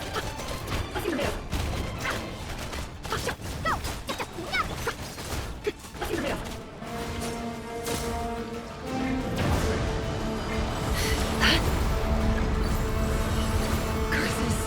There's no other way.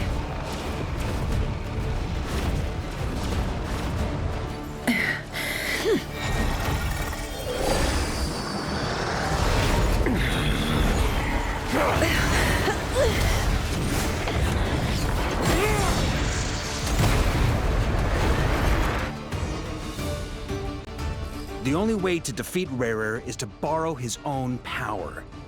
That means Columbina will have to disappear while you two bear the brunt of his attacks. You have to hold on. Find a way to keep him focused on killing the two of you.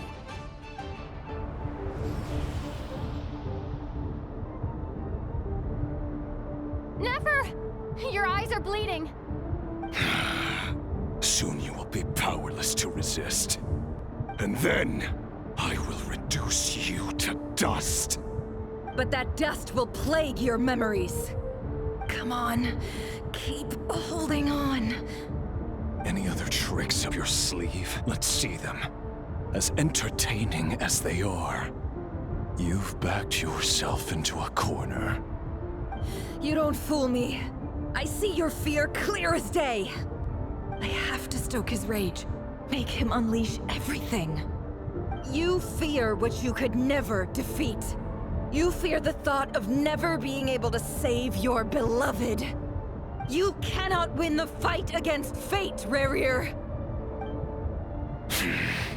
Is that what you think? Well, now it's your turn to feel afraid!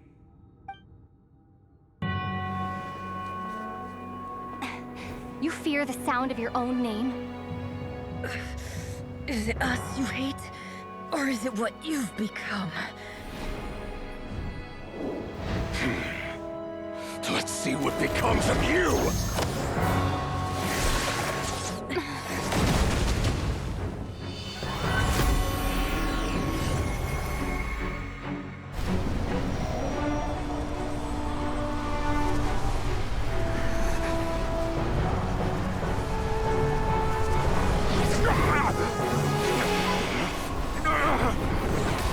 What's happening? That power. I've seen it before.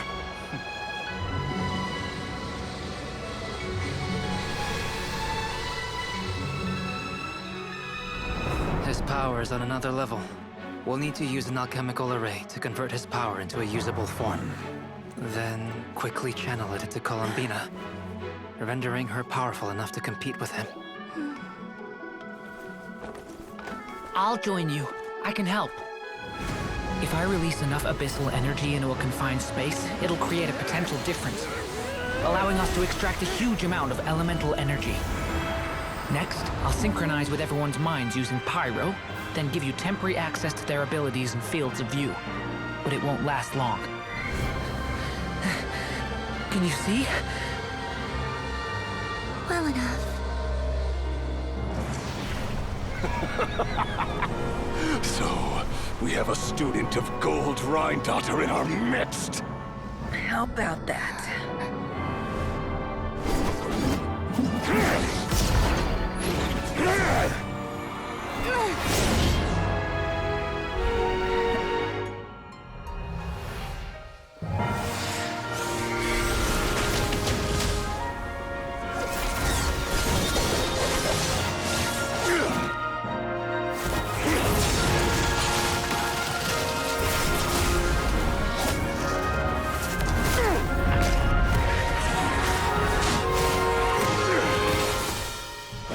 You use my own power against me?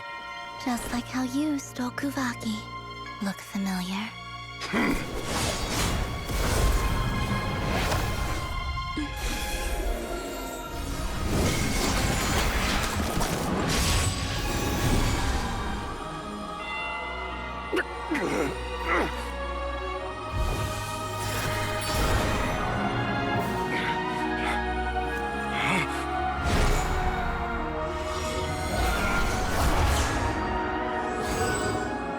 Don't you realize? You don't have the power to hold that gate open. I don't, but someone else does.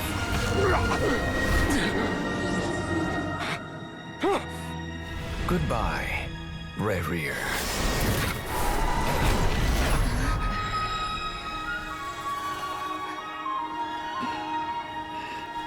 We won.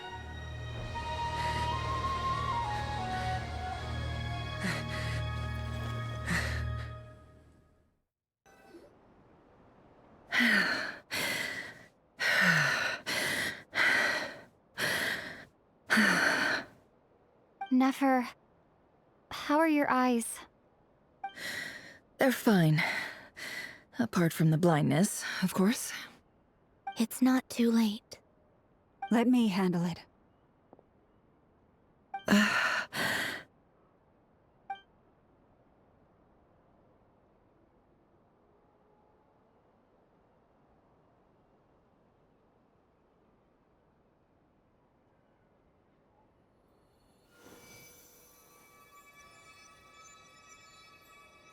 Miss Nefer, it's not like you to lose your composure. That was the most reckless thing I've ever seen you do. Reckless how? The situation was critical. Our lives were at stake. We had to do something. Even so. Okay. I guess you're right. Under the circumstances, it was a wise decision. You traded your eyes for an incredible victory. In business terms, I suppose that's a huge return on investment. I'd be hard-pressed to argue otherwise. Still, I don't like this outcome, and I don't want you to lose your sight for good. People suffer when they make sacrifices they shouldn't have to make, whether that means faith, strength, or in this case, your ability to even see. I had hoped you could win without sacrificing so much as a single hair on your head. Thank you. Really. All done. Don't try and open your eyes just yet. We'll see how you're doing in a couple of days. Until then, please follow your recovery plan to the letter. I'll send full details through Yehoda. For now, just get yourself home, relax, and rest. My dear friends, we have fought bravely and achieved a spectacular victory. A dark cloud has been lifted from the skies of Nodcry. All in this land will be grateful for what you have done. The moon will remember this day. Thank you both.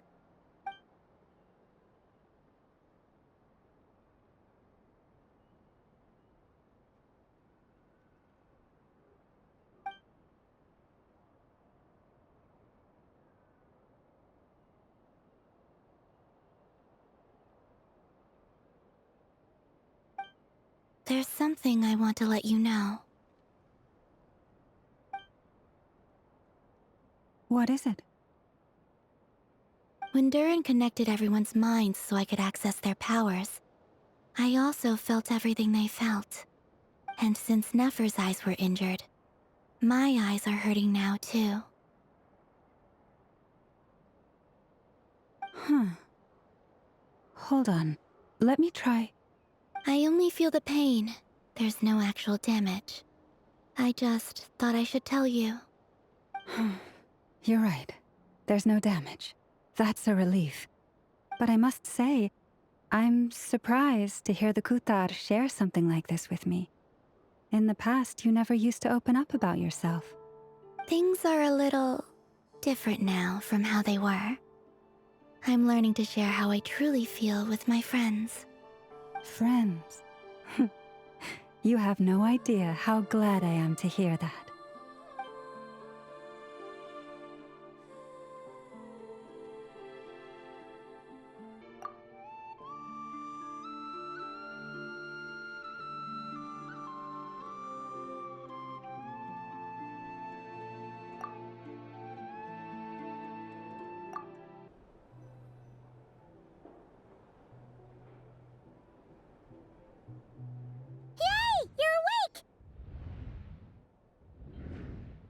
How are you feeling?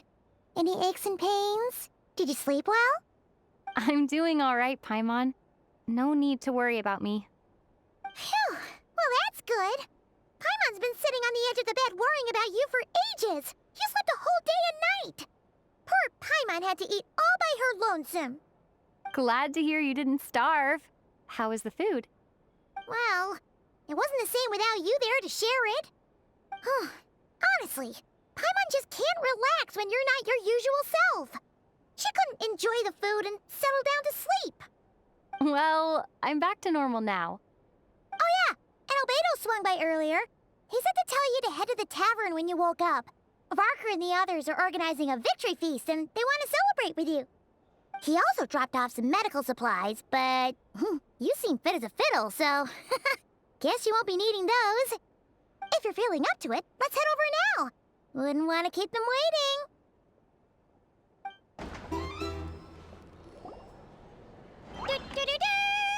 We're here! Oh, Traveler and Paimon! Perfect timing! We were literally just saying how there's no way we're holding this victory feast without you any longer, and we would have postponed it till tomorrow. How are you feeling today? Much better, thanks. Don't worry about me. Relieved to hear it. If that changes, just let me know. Happy to check you over at any time. Yep, we're here for you. Anything you need, just let us know. Oh wait, where's Nefer? How are her eyes doing? Nefer's right over there. I'm sure she'd love to catch up with you. Nefer! Traveler, Paimon, are you recovering well?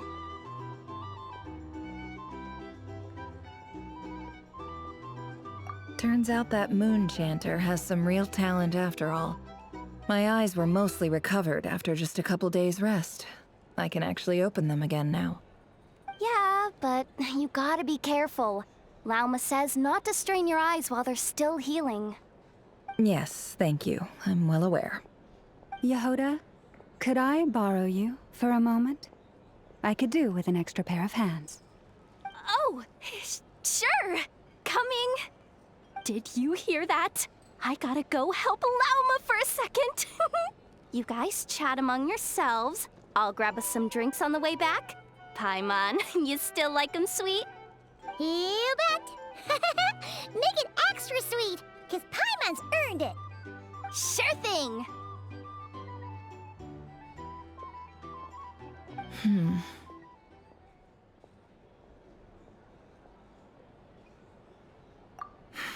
The Raker of Solnari.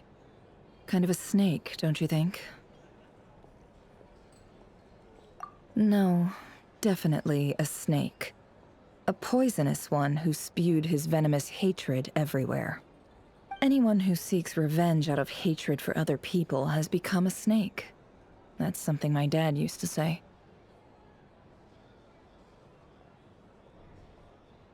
Perhaps. I'm sure it sounds like a very wise and open-hearted perspective to your ears. But me? I think hatred is a perfectly justifiable emotion. What else is left when everything you depended on in life gets stripped away? Something's gotta fuel that drive to keep on living. If you're worried about me, you can nip that in the bud. I'm not someone who gets stuck in the past. It's just... I suddenly feel like I was wrong to call my father a liar. He was just a fool. That's why the Academia turned their back on him, and why the other tribes ganged up on him. Oh, Father. How much better things could have been if you were a skilled liar. Look at the Ibis King. Thoth is a fiendishly cunning liar. And yet, strangely, he feels more like a father to me than my real dad ever was.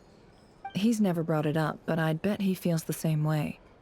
Why else would he give me the power to perceive the truth, while at the same time training me in the art of deception?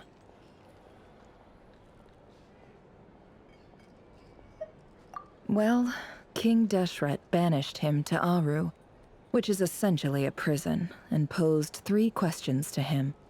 He promised that he'd have his freedom if he could find the answers.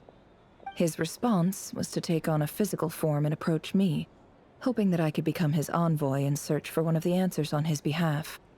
Did he really think I'd fall for that? He's stuck there. He can't make me return what he gave to me. So that's enough for you to decide he's nice, is it? He's a prisoner, and he was scared. So he decided to perform some good deeds to win people's approval. He lives in fear because he's a deceiver. How is Rerir any different? You can't work as a spy your whole life and expect a happy ending. It's preposterous. Yet I can't say I don't understand it. Liars live in the darkness of their own making. But it's still human nature to want to go on living. They say that a liar's soul is the most worthless thing in the world. What do you think?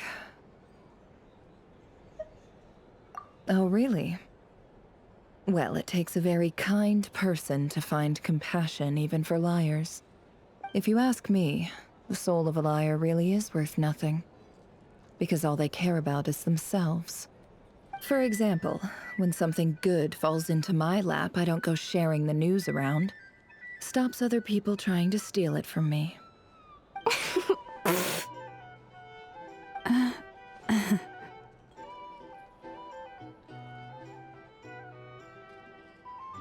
So be it.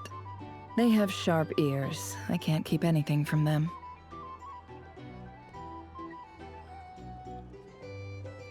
Oh, is that what it looks like? Well, you all know my past now.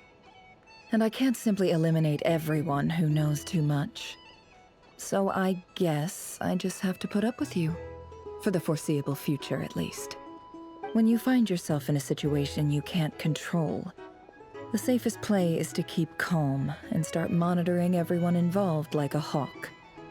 In the intelligence world, you need to have a sense of perspective and play your hand accordingly. If you understand what's at stake, please ensure my secret is safe with you. I trust you'll respect my wishes as a friend. But don't forget, I will also be watching you like a hawk. Very good. Oh, wait! Now that the panic's over and we've all calmed down, Paimon suddenly remembered something. After all that build-up, our mystery ally never showed up even once!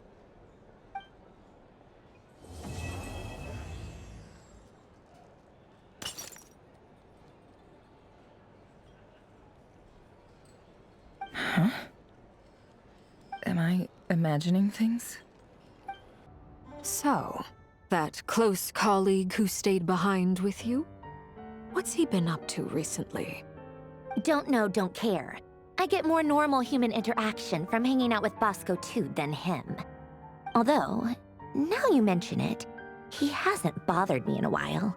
I wonder if... If he's disappeared without a trace, it's the biggest gift he ever gave to the world. But I somehow doubt that's what's going on. He won't lie low forever. So we'd better stay on guard.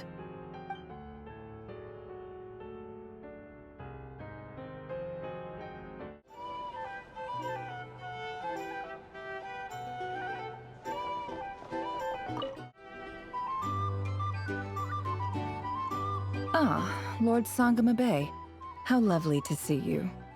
I must thank you for the device you provided. It was an enormous help. Would I be right in thinking that it was developed by the Academia? Why come and ask me when you clearly know already?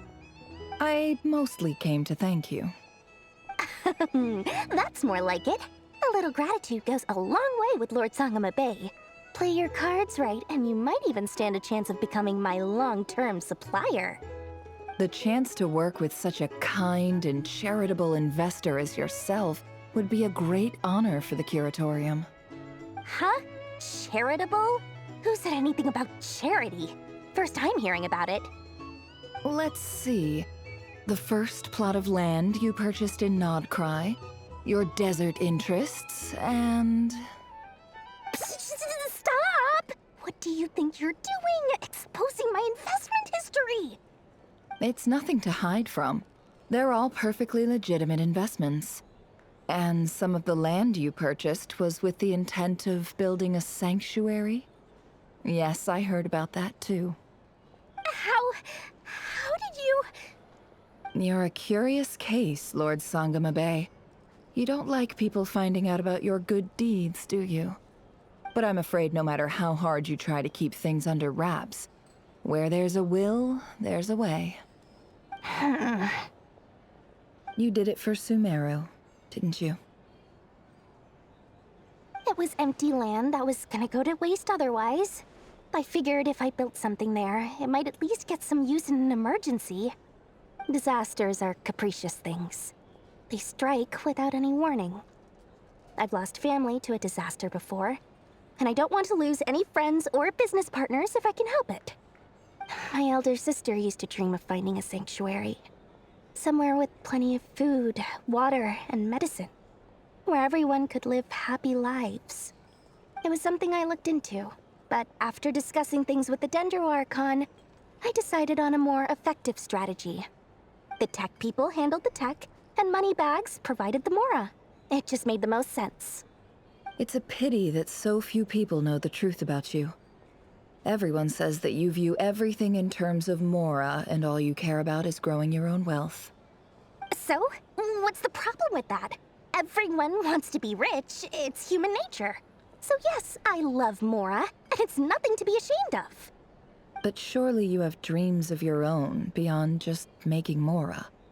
You don't get it, do you? My dream is to invest in other people's dreams. And, you know, make a nice little slice for myself along the way. Just thinking about it makes me happy. That sweet, sweet sound of Mora. Thank you. For the device? And the pendant. Oh, that. I was just returning a favor. Don't worry about it. Seems like we've both been away from home for a very long time. Yeah. So long that I barely remember what my family even looked like. That would be your mother, father, and sister? Yeah, though it's been years since my sister passed away. It's not like I want to forget them, obviously, but memory can be even more ruthless than the most calculating business person.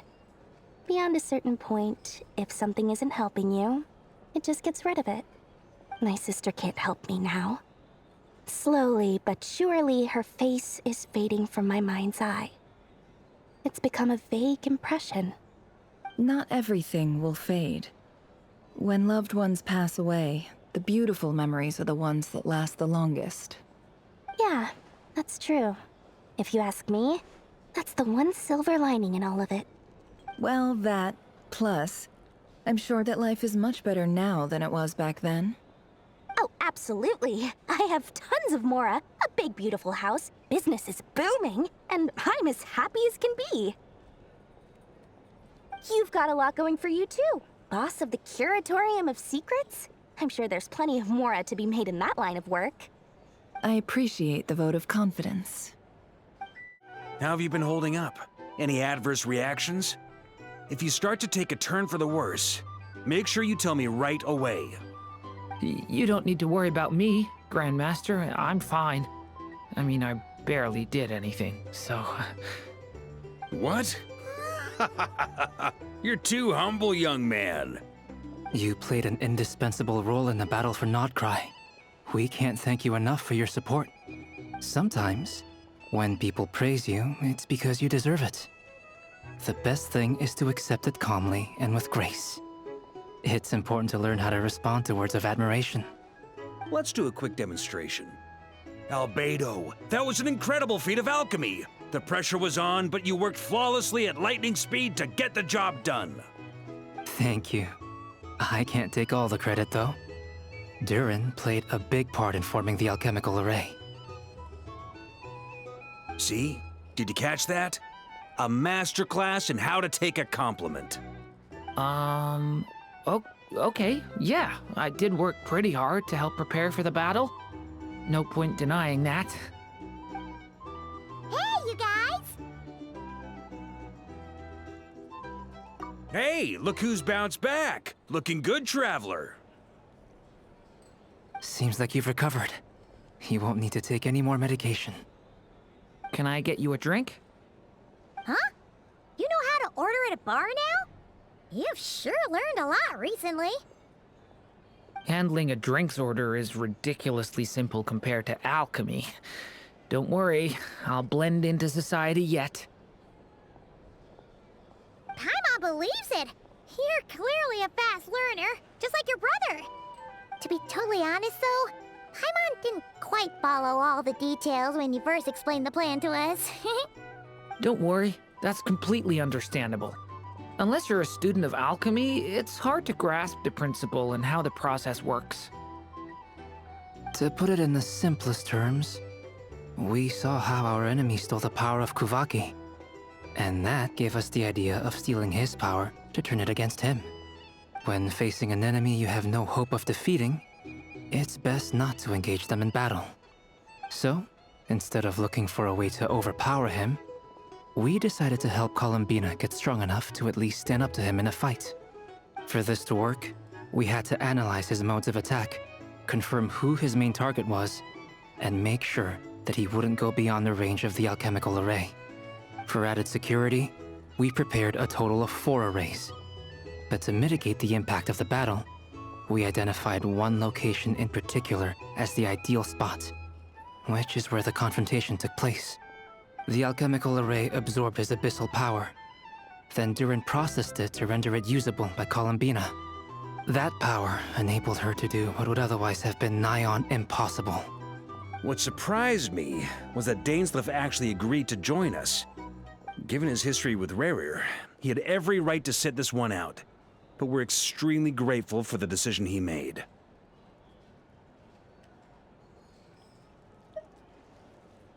It must have been a painful choice to make.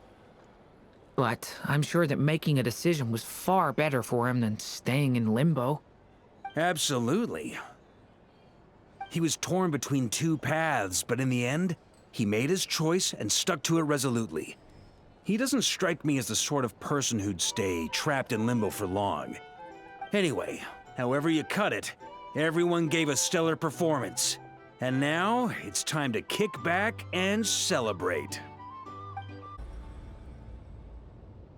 That's the only reason you're here. Yes. I've thought a lot about it. And I've realized that you, me, and Arlecchino should be friends. I think this is very important. So I felt I had to come and tell you. Well, this is a new one. I'm so moved. I can't even hold my teacup. If that's all, you can leave now. Do you not want to be friends with me? Or is it that you prefer being co-workers? What is this, Columbina? Are you deliberately testing my patience threshold? Right now, my politeness module is active. But if you say another word, I swear I'll shut it down. If your politeness module was active, wouldn't you say the word please at some point? Polonia, please see Lady Columbina to the door. Will you still invite me to your next tea party? What? Yes, I think you will. Bye-bye, dear Sandrone.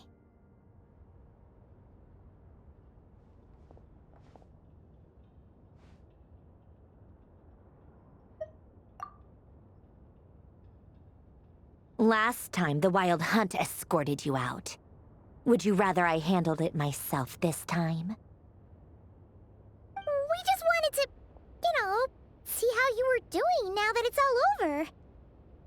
Why? Out of concern for my safety? I hope you didn't seriously think that the Rayhir of Silnari would be able to lay so much as a finger upon me, given how prepared I was. Mostly because you kind of helped us out, so we just wanted to check you were okay. Looks like all your robots are fixed, huh? Oh, don't you worry about that. Tea time is already a write-off. The visitor before you managed to kill my appetite.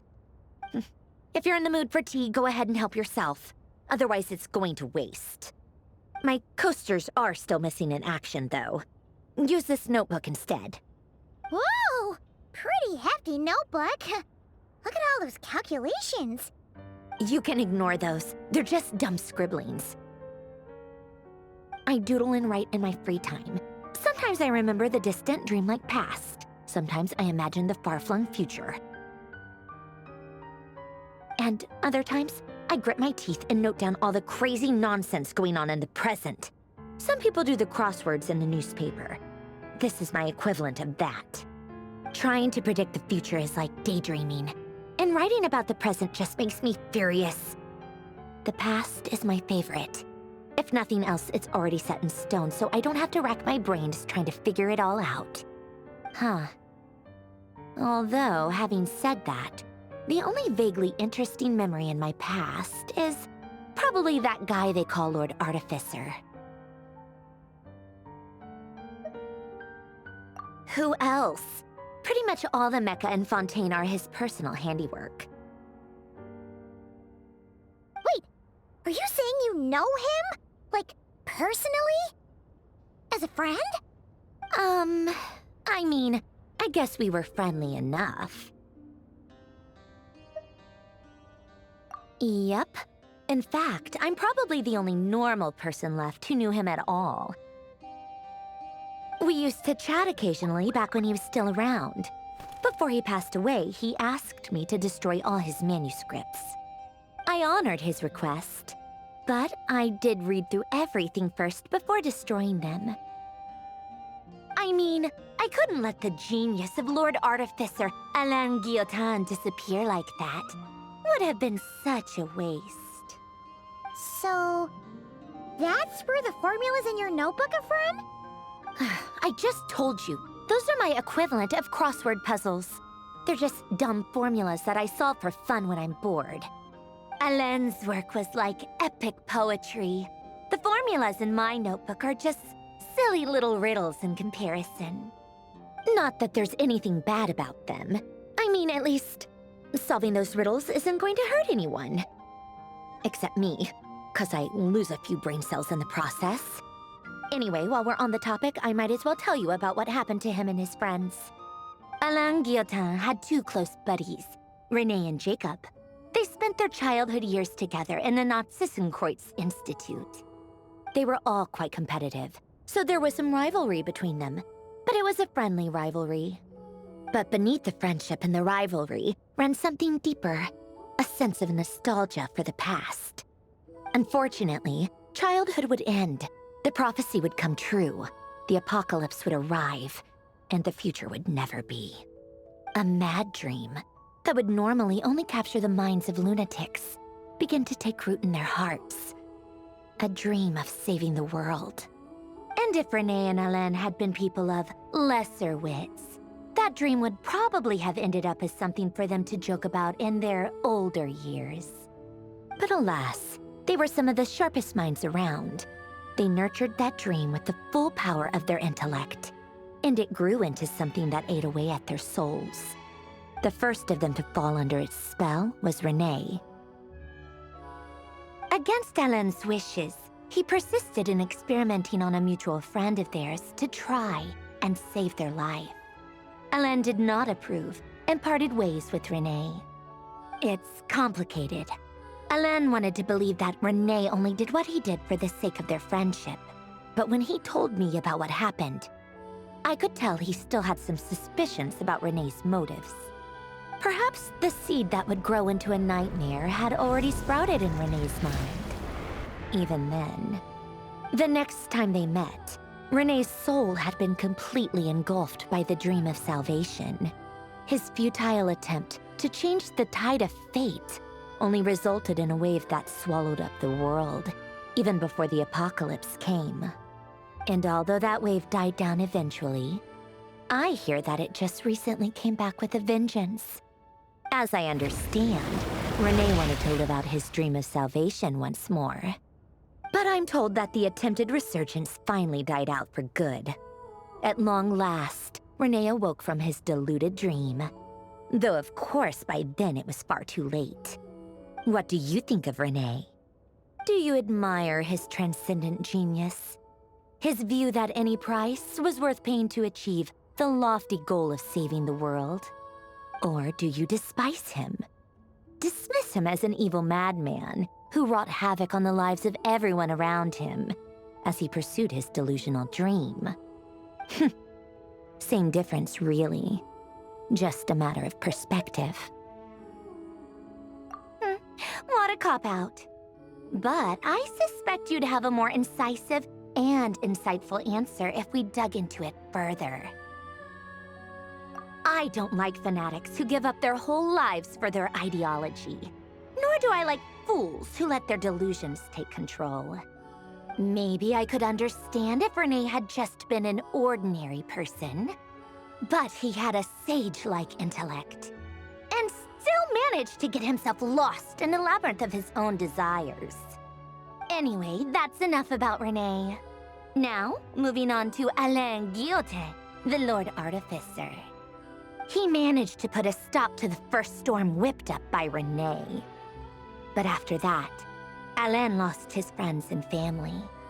To his credit, I suppose, the loss of his family and friends was purely a tragic accident. It's not like Alain sacrificed them for his cause or anything. After that, the only thing supporting his work was the same dream that had dragged his closest friend down to the abyss. But although the desire to save Fontaine drove him to found the Fontaine Research Institute, Alain continued to reject any form of transcendental knowledge or power. He was suspicious and fearful of it, having seen the way it had affected his closest friend. I think that formulas and machines derived solely from human intellect were the only thing that gave him a sense of spiritual comfort. Yet Alain's intellect was simply too great. It barely left him space to breathe in his lifetime. Once he realized that the end of his life was approaching, he finally accepted the truth. The Nazissenkreuz Institute needed someone, and a human being, to see its story through to the end. He quit working on his formulas, trading them in for the fairy tales that had played such a formative role in his childhood, but which he barely touched in his adult life. He told me that the director of the Nazissenkreuz Institute used to read those fairy tales to the children as bedtime stories. Apparently, they worked wonders at sending kids off to sleep. I think that all he wanted at that time in his life was to be able to sleep deeply without being plagued by depression. By that point, nothing else really mattered. At the very end, he laid down to rest in the ruins of the former Nazissenkreuz Institute orphanage, while the Fontaine Research Institute he had founded continued tirelessly with its work. Many years after that, tensions over competing dreams would once again cause a rift, this time between members of the Fontaine Research Institute. But the actions of those fools had nothing at all to do with Alain. And that is the story of two people from the Nazissenkreuz Institute who both wanted to save the world. One went all in on his fantasy of salvation without ever looking back, and ended up calmly sinking to the bottom of the deepest sea. The other sought desperately to burn bright in his life, even though he wasn't sure where he was going. I do sometimes wonder, why is it that people like them have such grand hopes of saving the world? Even the grandest tree starts as a tiny seed. So perhaps, for each of them, their mission to save the world began with a very simple desire: to save themselves. They were young children with friends and family who mattered to them, desires to explore the meaning of life, ambitions to have a successful career. They didn't want to see all of that taken away in one fell swoop. Or maybe they just wanted to find something to anchor themselves within the chaos, to stop them getting quietly swept away by the storms of life. But instead, the search for their own salvation took them down the rocky road laid out by fate. Do you think the desire to save oneself is enough of a justification to try and save the world? Sensible answer. Glad to know you've got your head screwed on straight. Alain would disagree, though. I asked him the same question back when he was in his prime, putting all of his energy into his work. Yes, it's enough. No elaboration, just a quick, short answer before getting right back to his work. He was always that way. All right, tea time's over. I owe Arlecchino a favor for telling me these stories. I'll have to bring a whole sack of gifts the next time I visit the House of the Hearth. I'm gonna go tinker with Polonia now. You guys can do whatever you want, as long as it doesn't involve interrupting me. Polonia, exit hibernation mode.